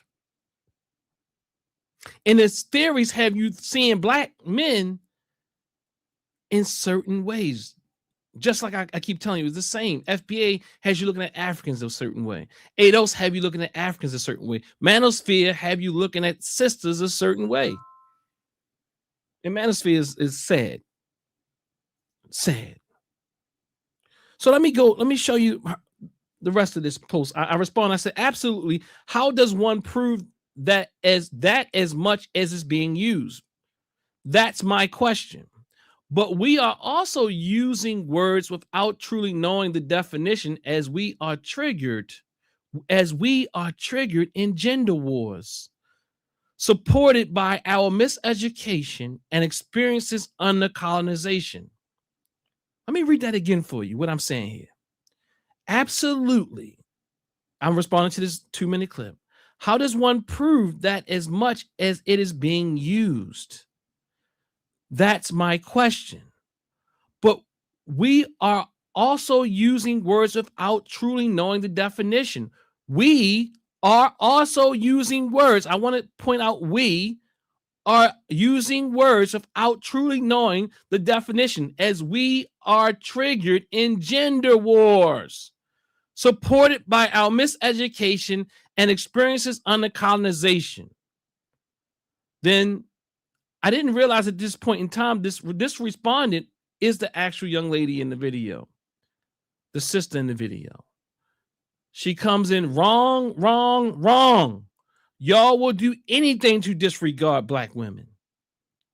And I'm trying to figure out, what did I do to disregard black women? I'm speaking about these gender wars that's going on.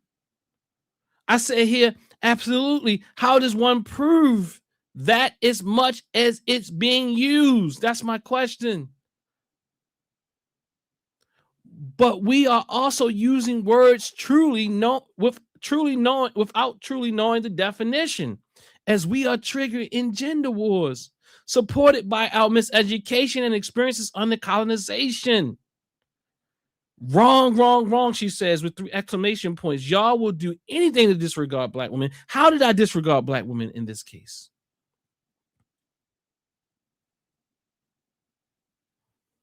How did I disregard black women in this case? So going on,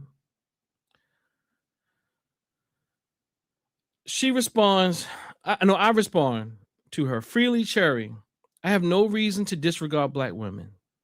This video is an example of what I articulated. How do you prove your idea that I'm disregarding black women? What would be my reason? Is there perhaps another explanation? Your response is another non-supported accusation that further supports my hold up. I think I had something before that. Hold up. I think I had something before that. Maybe I didn't. I says, is there perhaps another explanation? Your response is another non-supported accusation that further supports my very statement. She responds, you are wrong. This comes up all the time on this platform. Where we where we have to circle back to the textbook definition of the word. Okay, I have no problem with that. I think that was really done well. I understood the context. I knew how the word was used, she said. I didn't want to over-define, so I limited myself on the definition. So there's nothing I said in the entire episode that proves I was triggered by gender. If you took the time to be not to be a reactionary idiot, you can see she called me a name. This is what I'm saying. We triggered, but she's saying she's not triggered.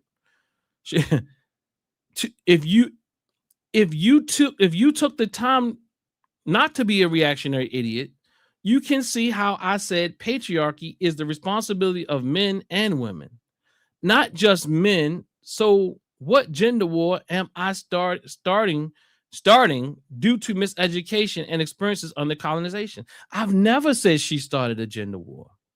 I never said that. I never said that she started a gender war. Again, that's why I highlighted that I spoke from the we.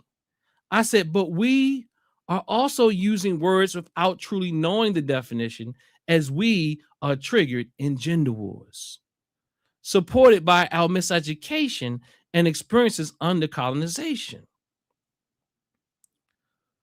So I was speaking about us as a community and the struggles we got to deal with, not her.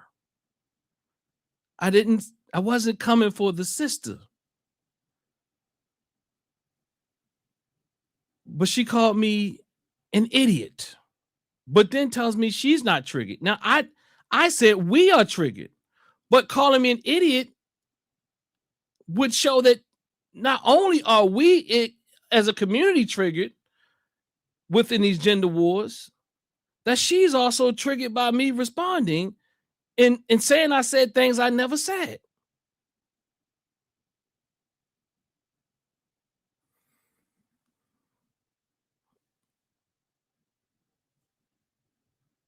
So what does she say here? If you took the time to not be a reactionary idiot, you can see how I said patriarchy is the responsibility of men and women, not just men. So what gender war am I starting what gender war my experiences under colonization? Again, is about us, not her. I said, freely, Sherry, please note my initial response was general, and I spoke about we, not specifically you or anyone in this video. I'm assuming now that you may be the sister in the video. I do see how you could think I was speaking to you, but I was speaking to a broader pattern. That does not mean I am specifically placing you in that, though you could see yourself in it. My main point is that the term is being used without a clear or accurate definition, which is what the clip is showing. I will also say that the definition you gave was not accurate, and your statement that I am disregarding black women is not supported by what I actually said. The conclusion seems to be coming more from how my comment was received than from the content of my comment itself. She goes on to say, I am the sister in the video, and you can watch the full episode and see how we talk about it fleshed out. Y'all are doing way too much with one clip. I don't know the textbook definition of racism either, off the top of my head either. It doesn't mean white persons get to say I'm unaware of what racism looks like. Now, I never I've never said anything to her about like I was speaking about in general the clip, in general how we don't understand. I never said that anything about her not knowing anything about what femicide looks like. And I never even I was speaking about how in general we have these gender wars that are being these gender wars are being perpetuated by just spewing out words and things that we don't really understand. She says, I simply didn't know if that was included in the definition or not. So again, we can, we don't get things right all the time. I wasn't even demanding that she does. I wasn't demanding that she does, but I'm speaking about a general pattern. She says, the same way I'm unsure if political power included in definition of racism. I'm not fighting none of this, y'all. This is what I'm saying. I'm not arguing any of these points. This again, I'm so and for my sister, I'm not trying to have her feel a certain way, and she doesn't have to defend herself with me because I'm not fighting any of this. I know we have real issues in our community that we really have to deal with. We really have to deal with things in a real manner. My point is always trying to bring things and bring some clarity to what's going on in general. And it's not a general pattern that Black men are unaliving women either. That's not a general thing that's happening for these overcorrections and these overreactions. There is work that needs to be done. There's work that needs to be done. There is work that needs to be done within brothers. There's work that needs to be done within our sisters. There's work that needs to be done in our communities. There's work that needs to be done.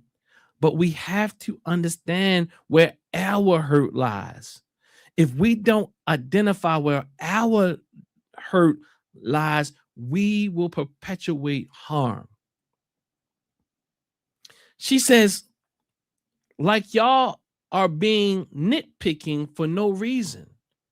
What y'all keep pointing out has no impact on the overall conversation or what Black women are experiencing. We need to have conversation. And often it is taught in the liberal frameworks that I've been educated in that Black men need to express their feelings. Men need to express their feelings. But what I realized, what liberal frameworks have created, what FBA frameworks have created, what a lot of these frameworks that are built on victimhood, they have what you call showstoppers. It means if I say this, you can't say nothing else. Because if I say this is what happened to me as a woman, or this is what happened to me as a man, or this is what happened to me as a Black person, we cannot discuss the nuance and the reality of the situation. Again, feminism, FBA, ADOS, Manosphere, do any of them want the truth?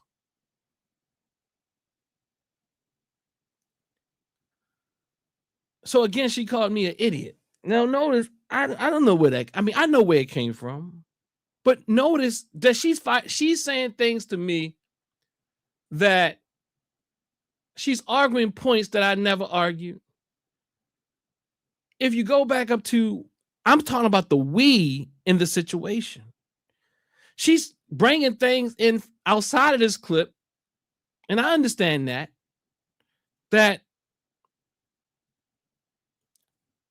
aren't even relevant to this particular conversation. And she doesn't have to defend herself because I wasn't coming for her. But I'm sharing that when we have not resolved what's going on inside of us, we often are triggered by things that aren't happening. We're often looking at things in attribution bias, all types of things when this is not the conversation. If you like, for me, if you can't distinguish between a man who loves his sister, and she's my sister, a man who loves his wife, a man who loves his nieces, a man who loves his fellow brothers, his father, his mother, and I become a threat. Like, if I become a threat, how do you deal with those brothers who haven't dealt with their harm? How do you deal with those brothers who haven't dealt with their hurt? Because you're fighting a battle that I wasn't even coming for you. And even my responses, I would say, are pretty level. So again, I say to my dear sister, in response, I say, again, I want to be clear that my initial comment was speaking to a broader pattern, not you specifically. I can see how it may have felt directed at you. And I'm just saying that to kind of identify, like, help, like really, I can see when under a certain state and ideology and framework and way of understanding and triggered response, that how you can misread things. Because I'm also aware that I'm not the only person saying anything probably in this thread from the way she's responding. But she's not responding to me, but she thinks she's responding to me, calling me what did she call me? Some type of idiot. Now, again, I'm causing the harm. So again, you can say whatever to me, and that is an issue in our community as well, that we have to also talk about. That is abuse if someone has to deal with that when they're expressing themselves. That is abuse if just imagine if your partner comes in and you say something that if he says or she says something that you disagree with, and this is your response. That is abusive language. But it's okay. We can slip them out. But again, you have to realize my approach here wasn't aggressive. I know it feels aggressive because it goes against your ideology and it creates a certain level of cognitive dissonance. So I have patience for my people. I mean, I'm not unpenetratable, but I do have patience. So again, I want to be clear. My initial comment was speaking to a broader pattern, not you specifically. I can see how it may felt directed at you, and I'm sorry if it landed that way. That wasn't my intent. What I'm speaking to is a broader habit and how terms are used in these conversations. Now she has to realize she's a public person at this point, because she's online as a public person. So people will bring their analysis. So again, what I'm speaking to is a broader habit in how terms are used in these conversations, especially when incidents are labeled without clarity. My concern is that mislabeling or overgeneralizing harm doesn't actually help us address what's happening in our community in a precise or effective way. I do appreciate your engagement and perspective. Blessings. This is what I said to her. Now, I thought I was closing the door, So she responds and says, "Now, I don't care if it was for me or not. I'm clearly who you were including in your comment. I'm a part." See, this is that victim. This is like the victim mentality. See, these frameworks teaches us to, like, I'm speaking about I am trying to help the community. I am not trying to harm my sister. But again, that's why I'm saying everybody should not be in places to heal when they haven't done the work themselves. She says, "I'm a part of why you said what you said." Now, if that's how she identifies it, All I'm saying is if the broader and exact definition was stated in the episode and thoroughly discussed the numbers, ideology, and data that supports its why are you and others stuck on it. It looks like you don't want to get to the solution or issue when everything else is overlooked but that. Now, you got to keep in mind the clip was about that word, femicide. I said I think I've made my point clearly. I appreciate the exchange. Blessings.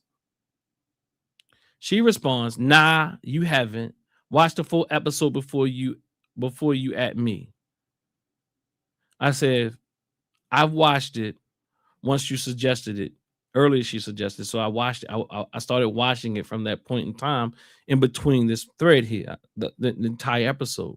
I said, nothing changes my perspective here. In fact, it supports it more. Be well. She says, then what is your point? You have not made anything clear. So that is what my dear sister says. And so that's kind of like what I'm talking about. Like the very thing that she's saying I call her out for, that I spoke about in a very general sense, that this word femicide is being thrown around like Dr. Tommy Carey is speaking to, and people are calling people monsters, and black men are doing this, and these very general sweeping statements. These general statements will be harmful to our community.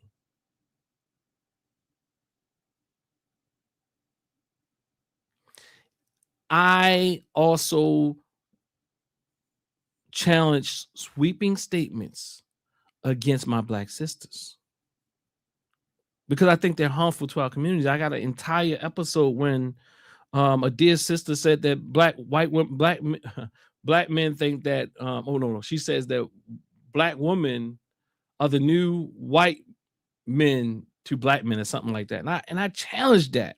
I said, no, that's not how our sisters feel. That's not how our brothers feel. Not overall. Some might feel that way. You know what I mean? Like some might feel that way, but it is not how we feel in general. And she said, poor. And if you in her post, she said, if you want to challenge me on that, come at it and bring your evidence here. And so I said, I show her some data that says, no, black men and black women really are aligned in many ways that we don't speak to. What we will speak to is these. And then she started saying, well, you do have the data. Like I wasn't supposed to bring the data after she asked me to bring the data. But I was really defending my black sisters and my black brothers in the black family and community in a way to say, that's not how black women think, because you don't need that type of thing seeping out into black men or black women, and because it just perpetuates the gender war.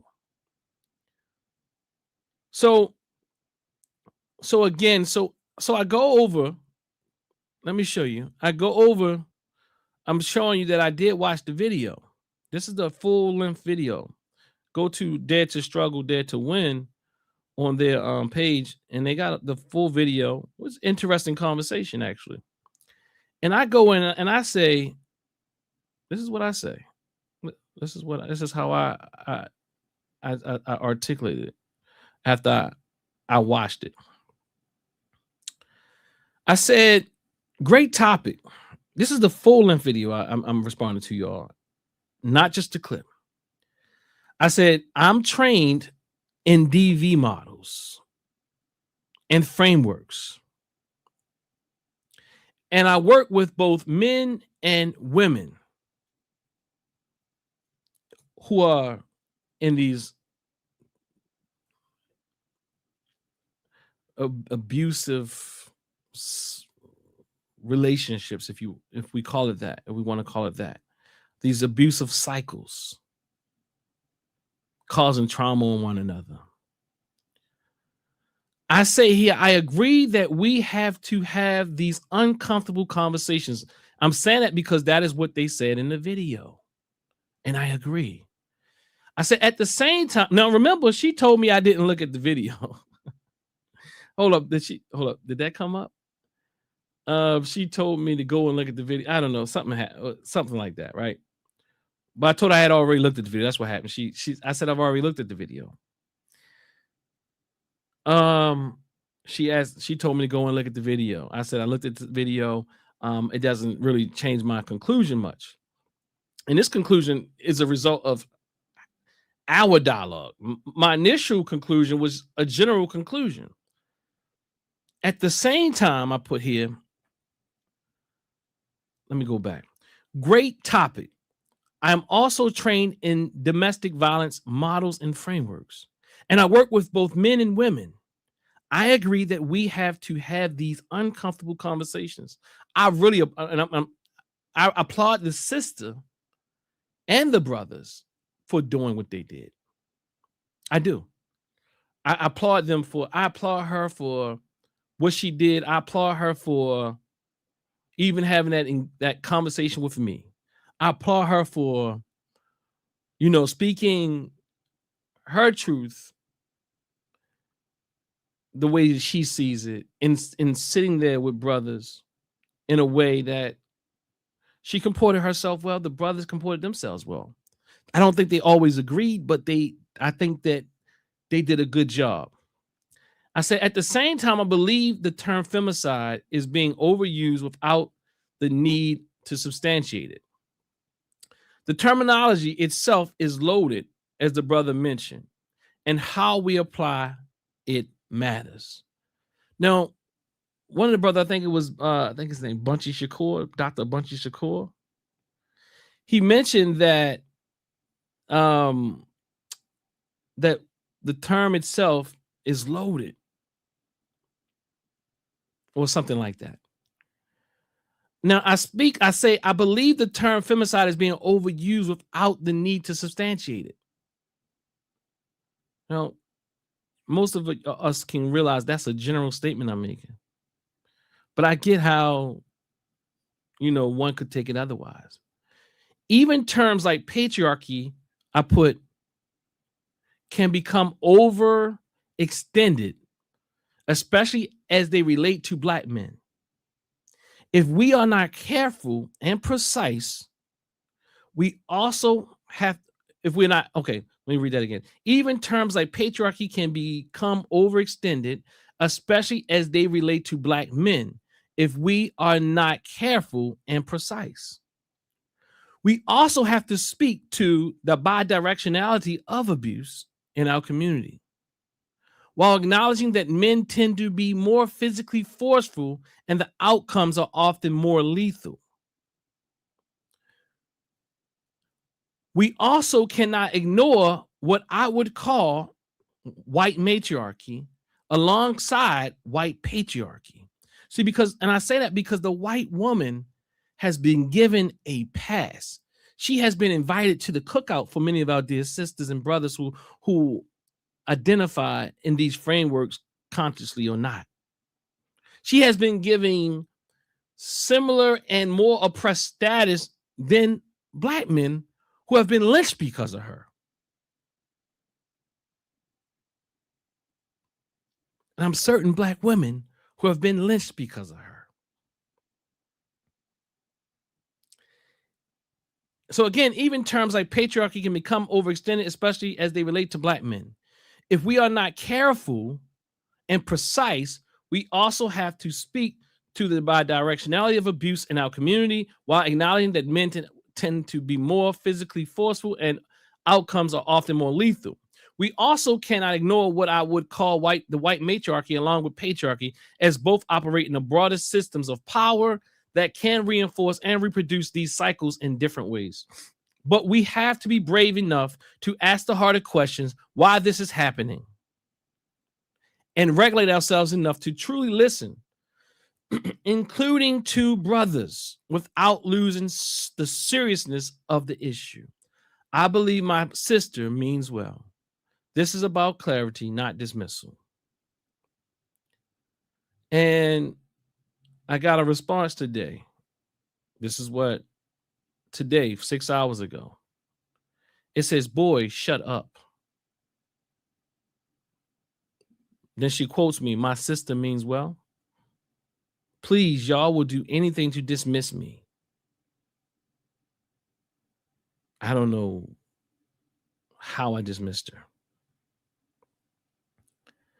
But again, she called me an idiot. And I don't, I mean, it's no major thing with her calling me an idiot. I mean, I get it. I get it. She's not my enemy. She's my sister. But again, she says, boy, shut up. Like I'm a grown man, first and foremost. I have children, a wife. I work for my community. But she says, boy, shut up. My sister means well. Like, what? I mean, like, obviously she took that term as an insult.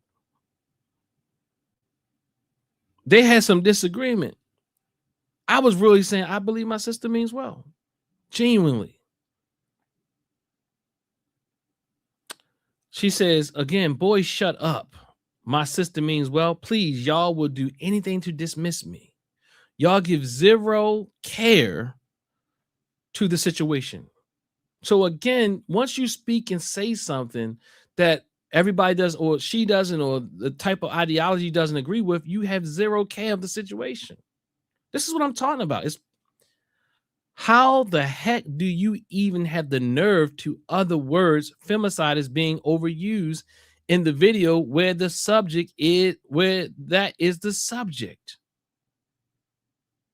Now, interestingly, now she's talking about the clip when I'm responding to this video. The name of this clip is Dare to Struggle, Dare to Win, episode 46. Let's just go there. Okay.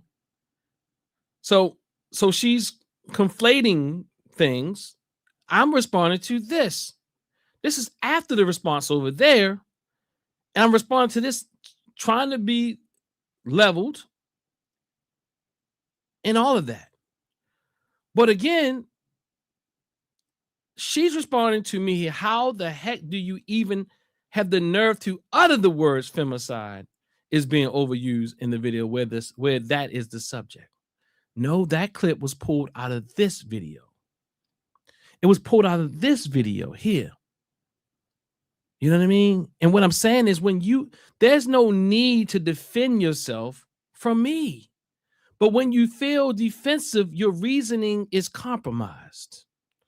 When you feel threatened, your reasoning is compromised because you go into fight or flight. So real reasoning is not necessary. It's about surviving.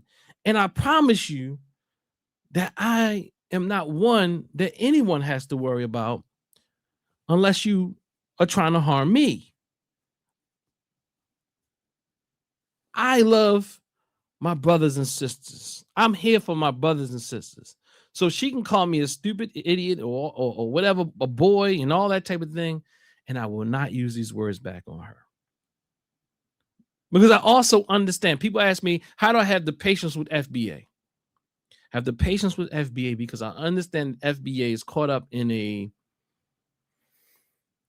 cult-like framework created by Tariq Nasheed. Similarly, I don't know if the sister identifies with any of these frameworks. She probably would identify more with leftists, but there's still some very strong feminist ideological frameworks being built on here. But again, now, boy, shut up, she says. My sister means well. Like, why does that warrant me to shut up? See, and I don't even want to tell you, this is part of the issue in our communities as we talk about men and women. Men, lots of times, this is what men have to take as well. Even in real time. All I said is my sister means well. I'm saying it because they were in some level of disagreement. I don't totally agree with her, but I don't totally disagree with her either. And even where I disagree with her, she means well. She means well. Y'all giving zero care to the situation. How the heck do you even have the nerve to utter the words femicide is being overused in the video where that is the subject? That wasn't the subject of that. What maybe it was the subject, but I'm not talking about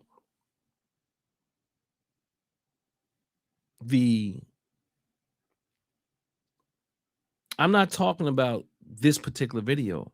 Again, I'm talking about a greater pattern. But the title doesn't say that. And they talked about other things. In fact, I think the title says something like hot topics or something like that somewhere. On this episode of Dare to Struggle, Yusuf, Chiere, pardon if I said your name wrong, and Geechee will discuss hot topics. You know what I mean? I'm not talking about this one video, though.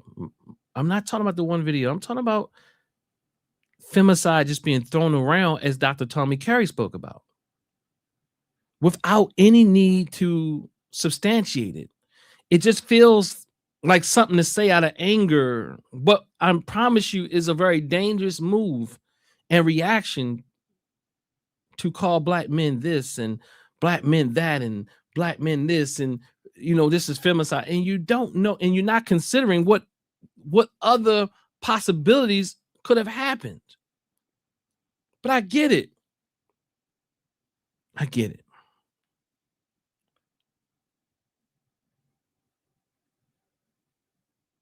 She says,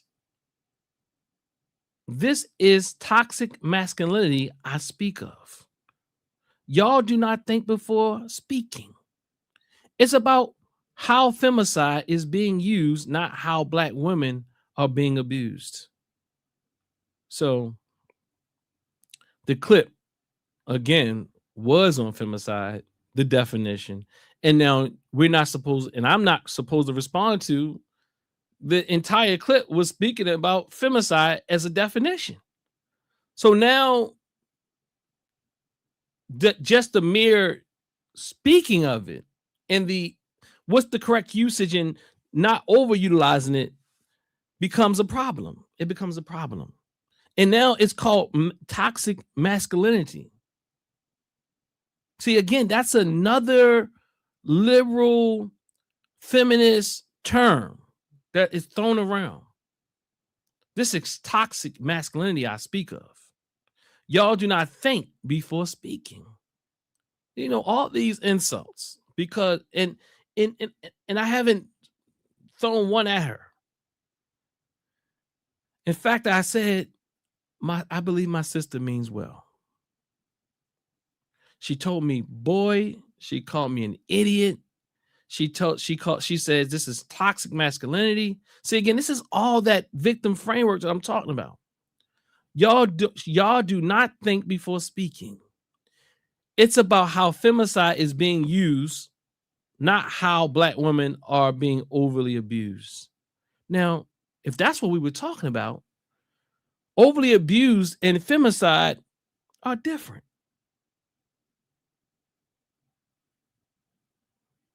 We can talk about how black women are being overly abused.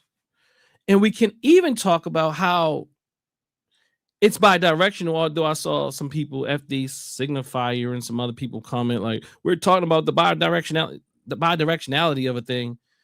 No. It's never a proper time to talk about what's going on. And I promise you, until you allow other people to have space to talk, you talk about a safe space. But you will never give someone who sees it different than these liberal frameworks a safe space to talk without calling them names. Idiot, toxic masculinity, boy, bi. Say, boy, shut up. And I'll tell you, this is what happens. But we have to heal. Brothers, we have to heal. Sisters, we have to heal.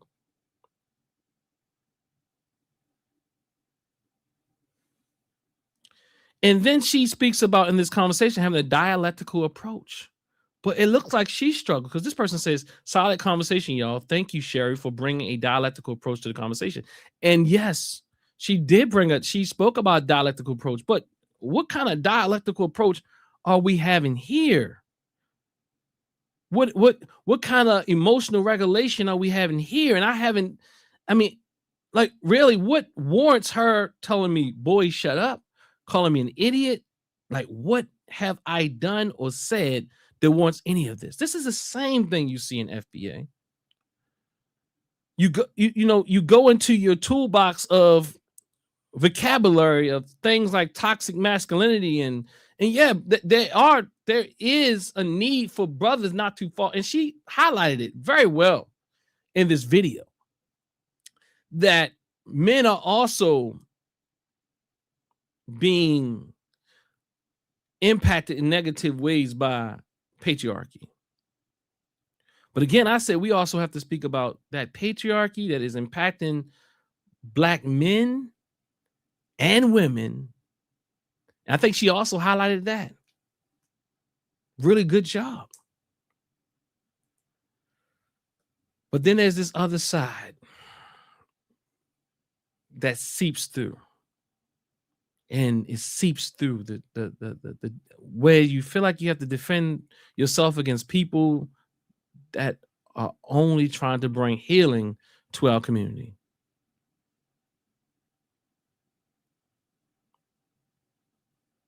So again, this is what I mean. What I mean by we have to we have to heal. That's what I'm saying. The same thing. A lot of people in these FBA camps, we have to heal. You can't be helping people. And in fact, if you think nobody's going to respond to the video, I'm sorry, you probably shouldn't have did it. And there's nothing here that warrants that response to me. I'm talking the direction. Her response to me, this aggressive, the way that she came at me aggressively and said, I'm talking about her, even if I'm talking about the general. I shown her what I'm speaking about the general. I have no malice for my sisters and brothers. I have none. You know, sometimes FBA gets a little frustrating.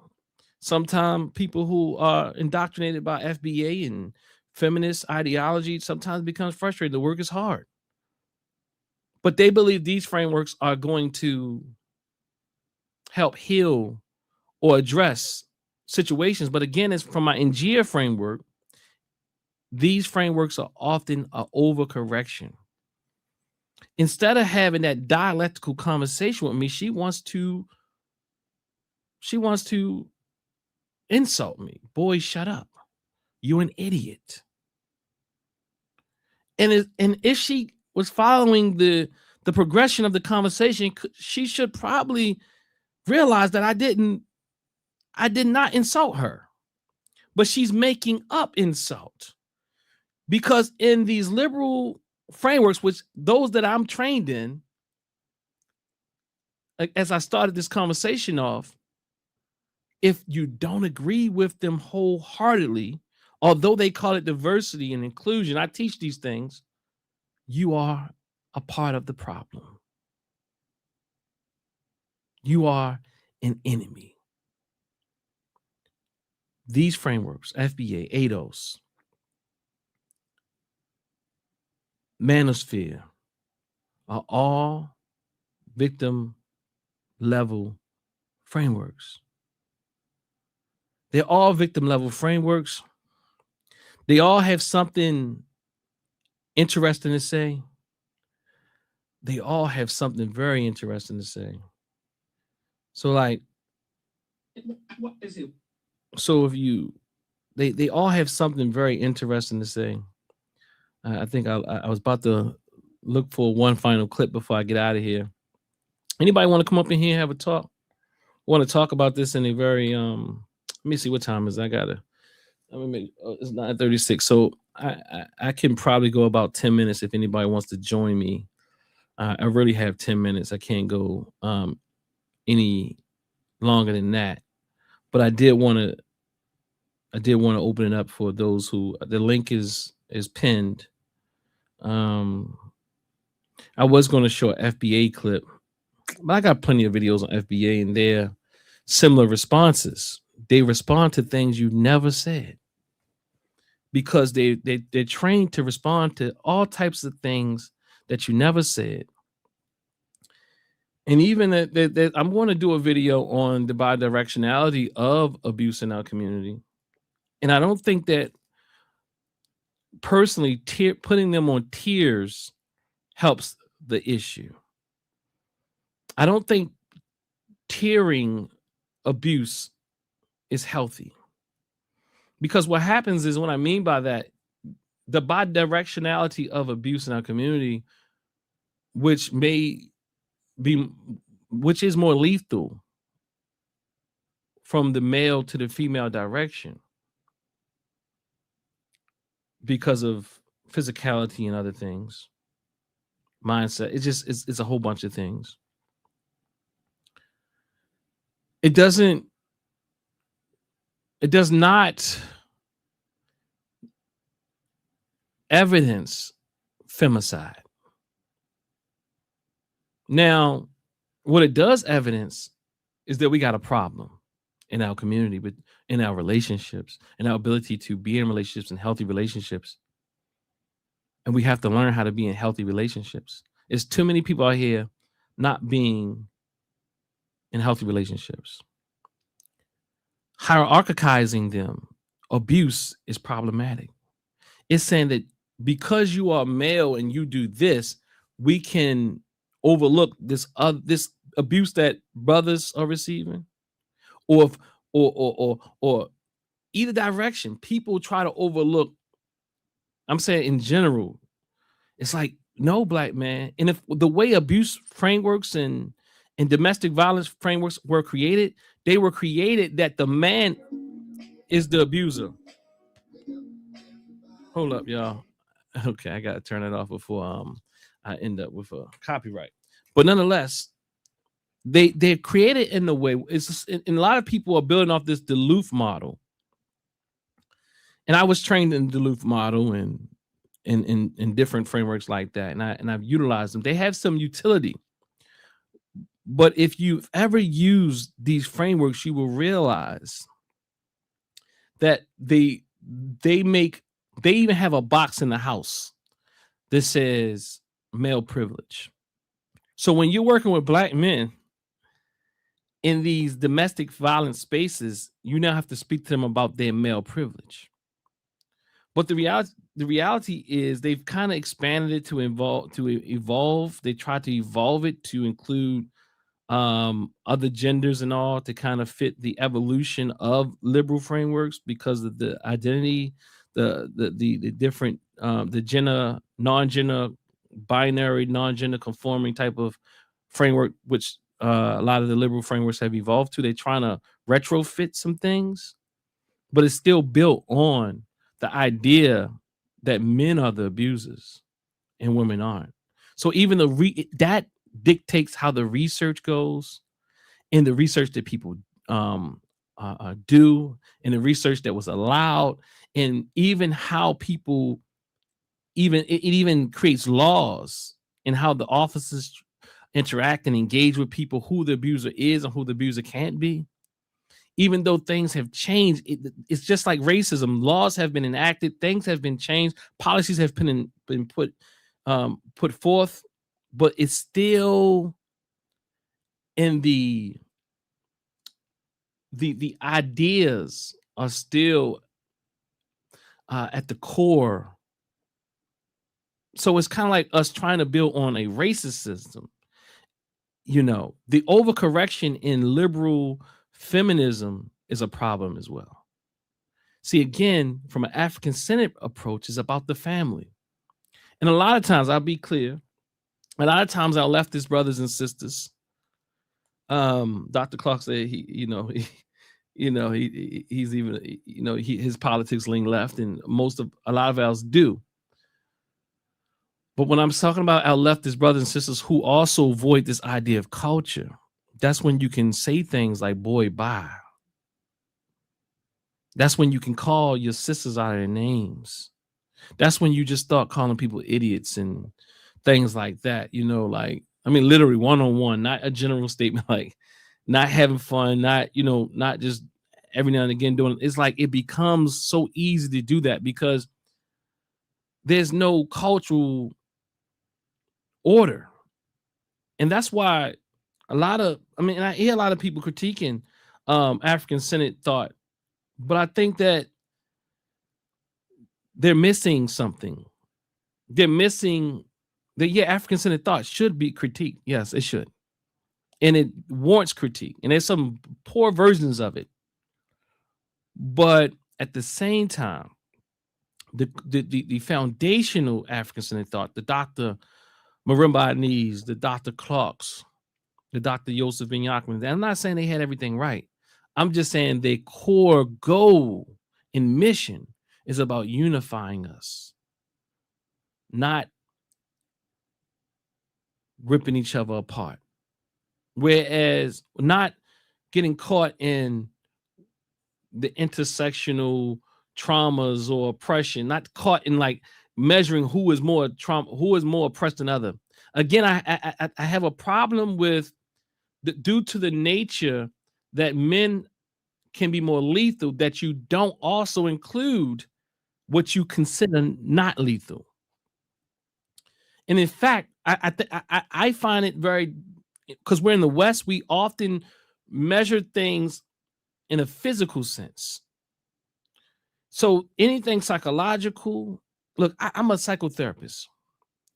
So I realize that many times people get over the physical trauma a lot quicker than they will over the mental trauma, but they're also connected. You can't tease them apart. But some people, their primary form of abusing a person is through psychologically traumatizing them, emotionally traumatizing them.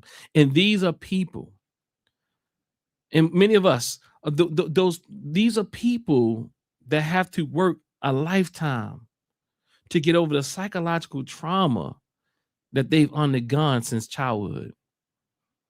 And we are also traumatizing our children.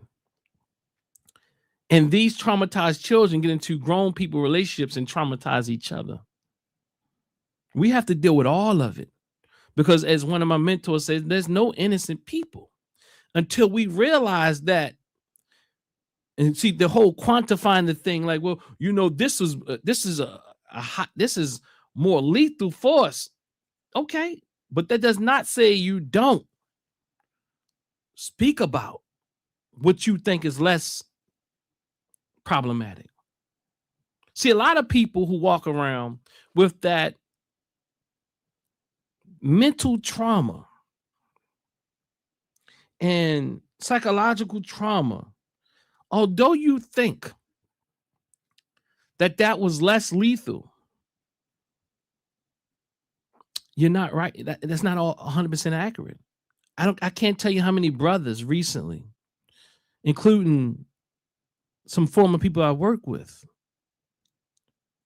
who have taken their lives due to that psychological childhood trauma that they just couldn't shake. So this thing is complex, and it's not as easy as throwing out a word called femicide, and this one is causing more harm. I know people who have taken their lives due to the trauma of their parents, and I won't even gender it, because I don't want to be in this finger pointing game. But what I will say is this: there'll be a time where I explore these and speak about it more. But there are men and women who take their lives due to the psychological trauma. So, I'm a social scientist, so it's not that easy for you to tell me what is more lethal, because I can think.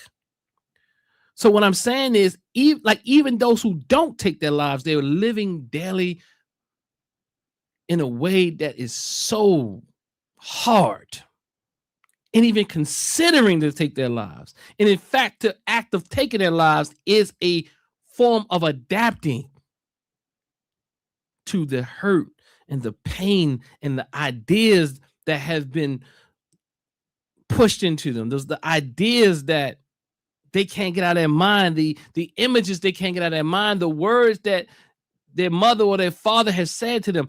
These are traumatizing.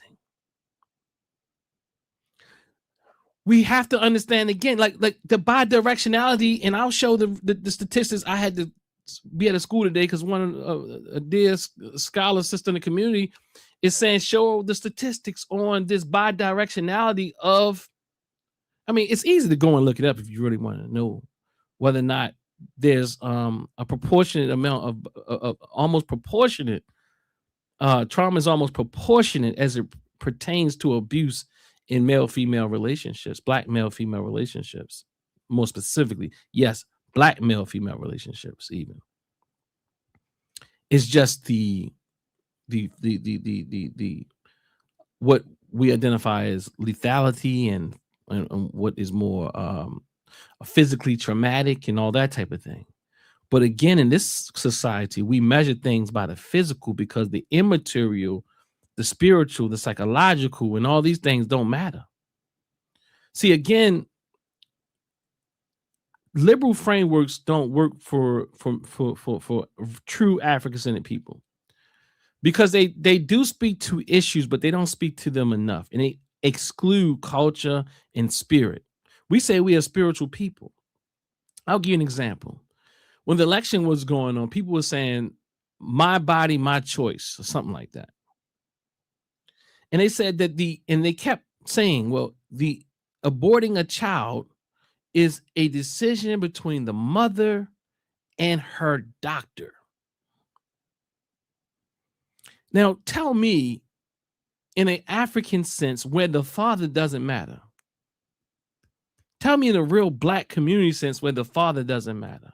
Tell me in a black community sense where the grandparents and the babas and the mamas don't matter in these decisions. Because most of the time, we keep going to these extremes about rape and all this, and that happens so few and far in between. But really, why people aborting children has a lot to do with financial wherewithal. And if you were to talk to your mother and your father, your sister, your community, they would probably support you. But the reality that we also say we are very spiritual people, but then we disconnect the father from the child. It's not, he doesn't have anything to do with that. To me, that is a very liberal, non-black way of looking at things. I don't even think we were fighting for it to get who we thought we wanted to get elected. But the reality is we know that's not really black or African way of being existing.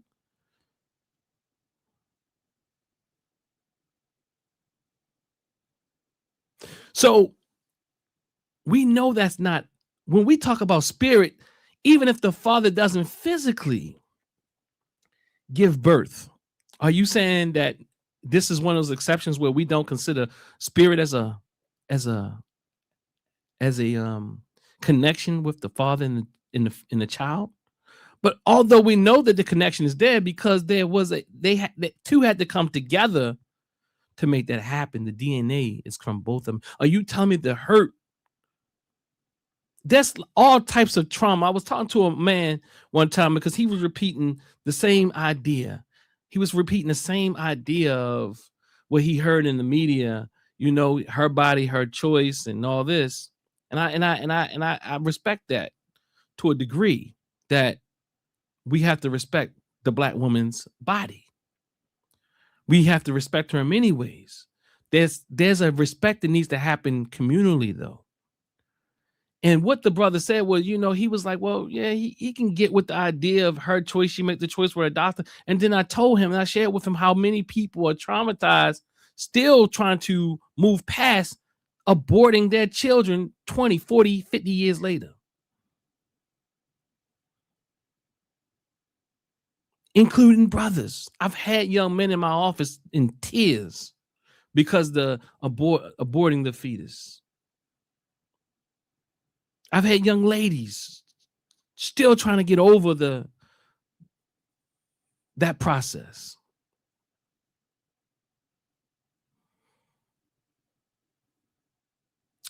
I'm talking about families who are outside of them that are really still trying to get over that process, because it's something spiritual to us as well. It's something communal. It's something about, it's not even just spiritual. That is, you know, scientifically, that is your DNA, the progeny. You see the images in your mind of your grandbaby or your grandchild, great grandchild, your potential son or daughter. Or, so what I'm saying, this is not a light choice when it comes from an African-centered perspective. Those are liberal talking points. And okay, so let me get back to the story. So the brother, I started telling him my perspective around that. And this gentleman's in his 70s. And I started telling him about the hurt and pain and the spiritual connection of brothers to the baby as well. And he started tearing up. 70-something years old. A black man you probably wouldn't think that would tear up. And he said it took him back to his childhood, early adulthood, when he found out, without him even knowing, that this person was impregnated. They came and told him that the child was aborted. And this is something that he's kind of tucked away. Because when I mentioned it, it hit a place where he started tearing up right there before me. And I said, we have to have real conversations, not simple conversations. We have to have real conversations, not simple conversations. And we have to also understand that I didn't talk a lot about the system today, because lots of people like to say things like, y'all just want to talk about the system. But understand, we are under a system that creates conditions that leads us to feel like we need to make certain choices. But often the choices, or many times the choices we make, can be very maladaptive. And those maladaptive choices support their political agenda. Pause and Why says, I don't know how to even categorize me politically. I would say I'm more left-leaning, but when it comes to the existence of African people, I'm very right-leaning. Yeah, that's why I think more of us, if we're really honest, especially those of us who come from African-centered frameworks, we don't fit tightly into any leanings. We have our own values. We are a communal people. You know what I mean? Like, I don't think this left works for us completely, or the right, especially if they don't include culture, because a lot of times they exclude the necessity of culture. And I get this whole, and then sometimes the right, look, both ways. Sometimes we go too spiritual, and sometimes we go too scientific. I'm saying from a cultural standpoint, I'm a Wilsonian type of psychotherapist. And what I mean by that, big up and give reverence to Dr. Amos Wilson and people like Dr. Marimbani, who is a anthropologist, cultural anthropologist, who really speaks about our way. We cannot discount culture. And many times when we discount culture, this is what we get. Because culture tells you how you see phenomenon, how you engage with phenomenon. And it tells you what you must do. It does. These approaches that we think we're liberally, we have freedom, and we just choosing our own choices and all this type of thing. That really just plays in the hand of the dominant culture. We have to think collective, but the collective also has to think about the individual. So again, I'm gonna give about. I see I have one person in here. I thank you all for engaging with this video today. please like the video, share this video, and I'm open to conversations with people in ways that we can particularly heal. And I appreciate dialogue, respectful dialogue, and I think culture is necessary. I think when we really deal with things from a cultural standpoint, people won't be just calling you an idiot. In fact, call you reactive, but I said I'm speaking about we, not you. But then, well, like there's no evidence. There's no evidence needed when you're triggered. There's no evidence needed when you're triggered. There's no evidence needed when you're triggered. James Harlem, I'm gonna bring you up. Please talk to me. How you doing, Doc? I appreciate you addressing this issue. I think it's a very important one. It's unfortunate that the in subject couldn't appreciate your expertise. It seems as though she had some sort of trauma in particular that is hard for her to get over.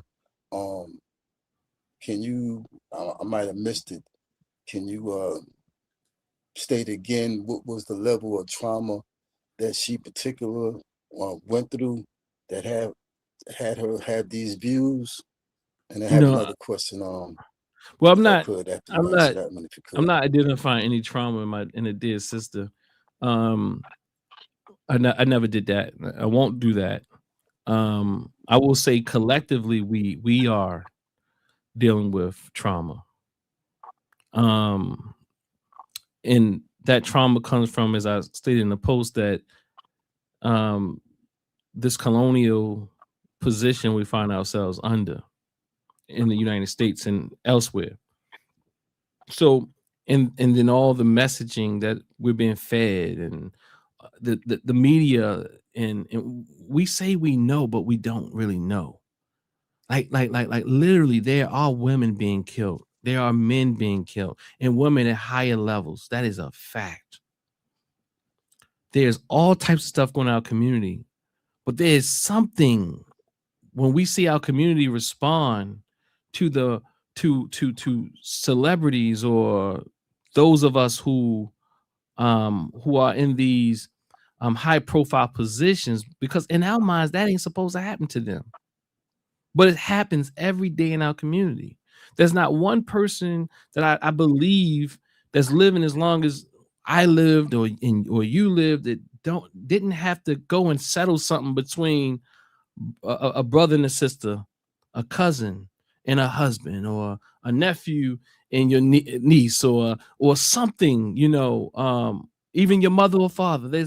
There's somewhere along the line, even if it was in high school, where you had to really deal with it. And from a cultural standpoint, I know Black men, we are taught to protect and serve Black women. We are taught, even to some degree, to ask questions later.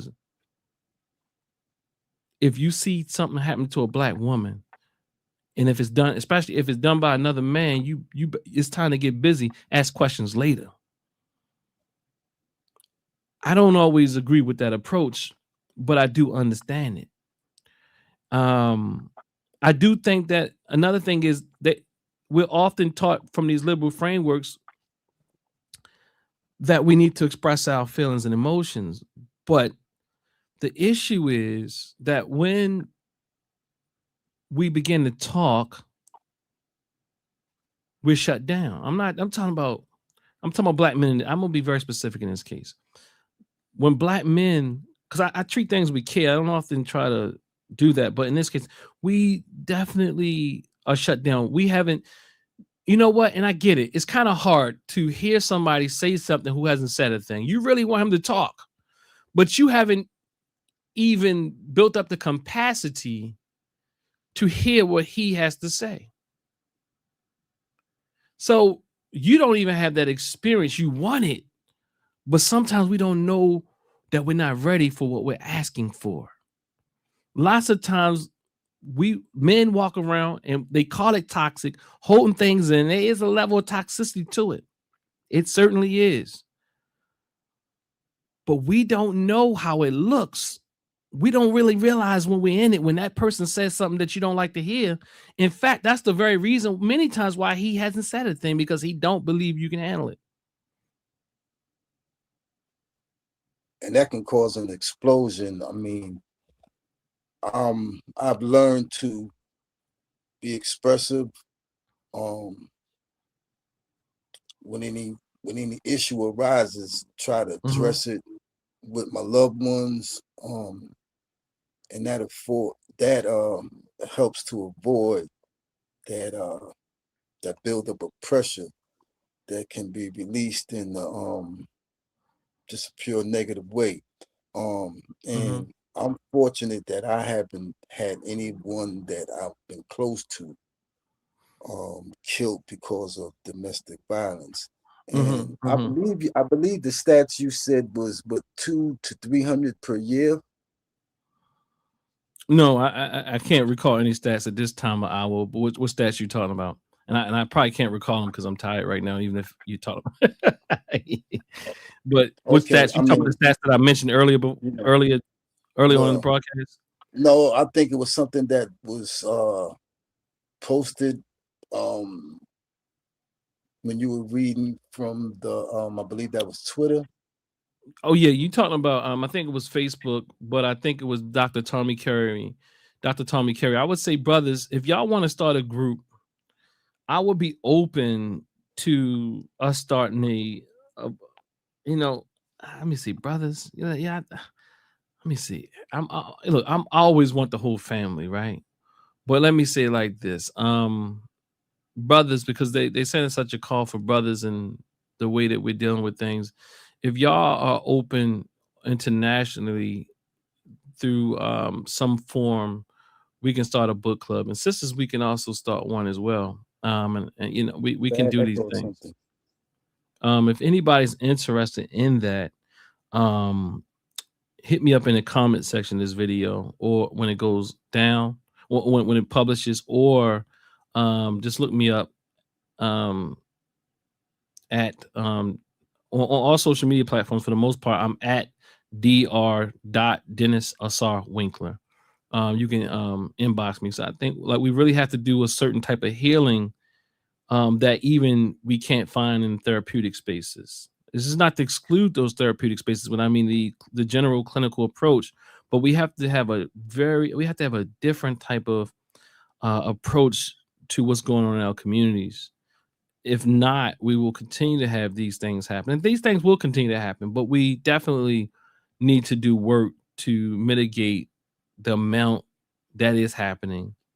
And we also have to get a real proper framing of what is actually happening. Because lots of times we're thinking things are happening way more often. It's happening too much. But in our minds, things are happening way more often. I'm talking about, and I'm not going to challenge you on this one today, Brother Harlem, but in all these different schools, Feminism, FBA, ADOS, Manosphere, we see, we look for evidence of what we already believe. And that is not a proper approach to really resolve the issues in our community. Yeah. Well, I wouldn't generalize any group and put anyone in one box because of their identifier.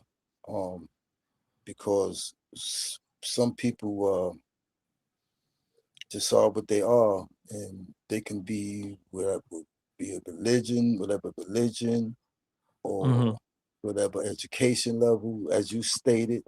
So it's kind of unfair to generalize this aspect in particular of our society in general, because of someone's label. They are more prone to this or more prone to that. It could be, but I mean, me, I'm just fair-minded and try to be just as possible and expressive as possible. And you know, with any issues I have with any woman that I'm fortunate enough to be with, I try to get an understanding. And that's basically what's more needed. If it's more of that done, I think the pressure cooker wouldn't even be it just wouldn't be there. You know, if more what's it's done, use the release valve, and I believe that comes with communication. yes, And that goes. I said I believe that communication is the key in these issues, and I know that every man and every woman don't know how to communicate. I mean, it takes two to communicate. You got some people who will take advantage of the fact that you know, one might want to talk and the other one just might want to fight, and it's kind of hard to deal with that. I appreciate you calling in, and I'm going to end it so I can get to my wife. And I appreciate you calling in, dear brother, and I appreciate your words. Absolutely. And one thing I'll say is, in order to communicate, we must first learn how to regulate, and that's where we're really struggling. And I really appreciate you calling in, Brother Harlem. I'm going to go ahead and I'm going to play this clip one more time as I close out this session. To be in relationship with each other because we are at odds and we got to be right versus resolving the issue. We got to be right. We got to prove the point that black men ain't shit. And we got to prove the point that black women ain't shit. I talk to everybody. Look, I'm too sensitive for them. But the reality is, as long as we got to prove that black men ain't shit and black women ain't shit, we ain't going to be shit together. What I am suggesting, and I argue and maintain, we have to find a way to resolve our issues. Look, I'm a happy married black man. Let me say that again. I'm a happily married black man. I ain't talking nothing. I'm telling you the truth. Because we don't get caught on data points. We know that we matter more.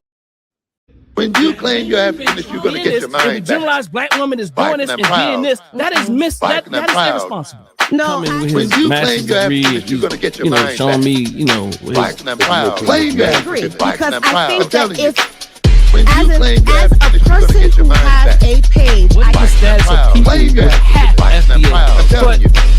When you claim your happiness, you're going to get your mind back. That's why I was laughing because Black and proud. Claim your happiness, black I'm and not saying the proud. framework doesn't do a thing, but Become a part of it. we've been Embrace Forward it. to black men Become being a the part of it. masters, being Embrace in it. control. We must Become a have part our of own it. only Embrace it. That those one of the Become a best part stories I've of it. ever heard. Embrace it. When you claim your have happiness, you're going mastered to get your mind that back. mental growth takes Black place. and You've proud. been Claim your misled by happiness, leadership, black for and instance, proud. that I'm think telling you you. can consume. When you claim your happiness, you're going to get your mind back. Black and proud. Claim your African. Black and proud. I'm telling you.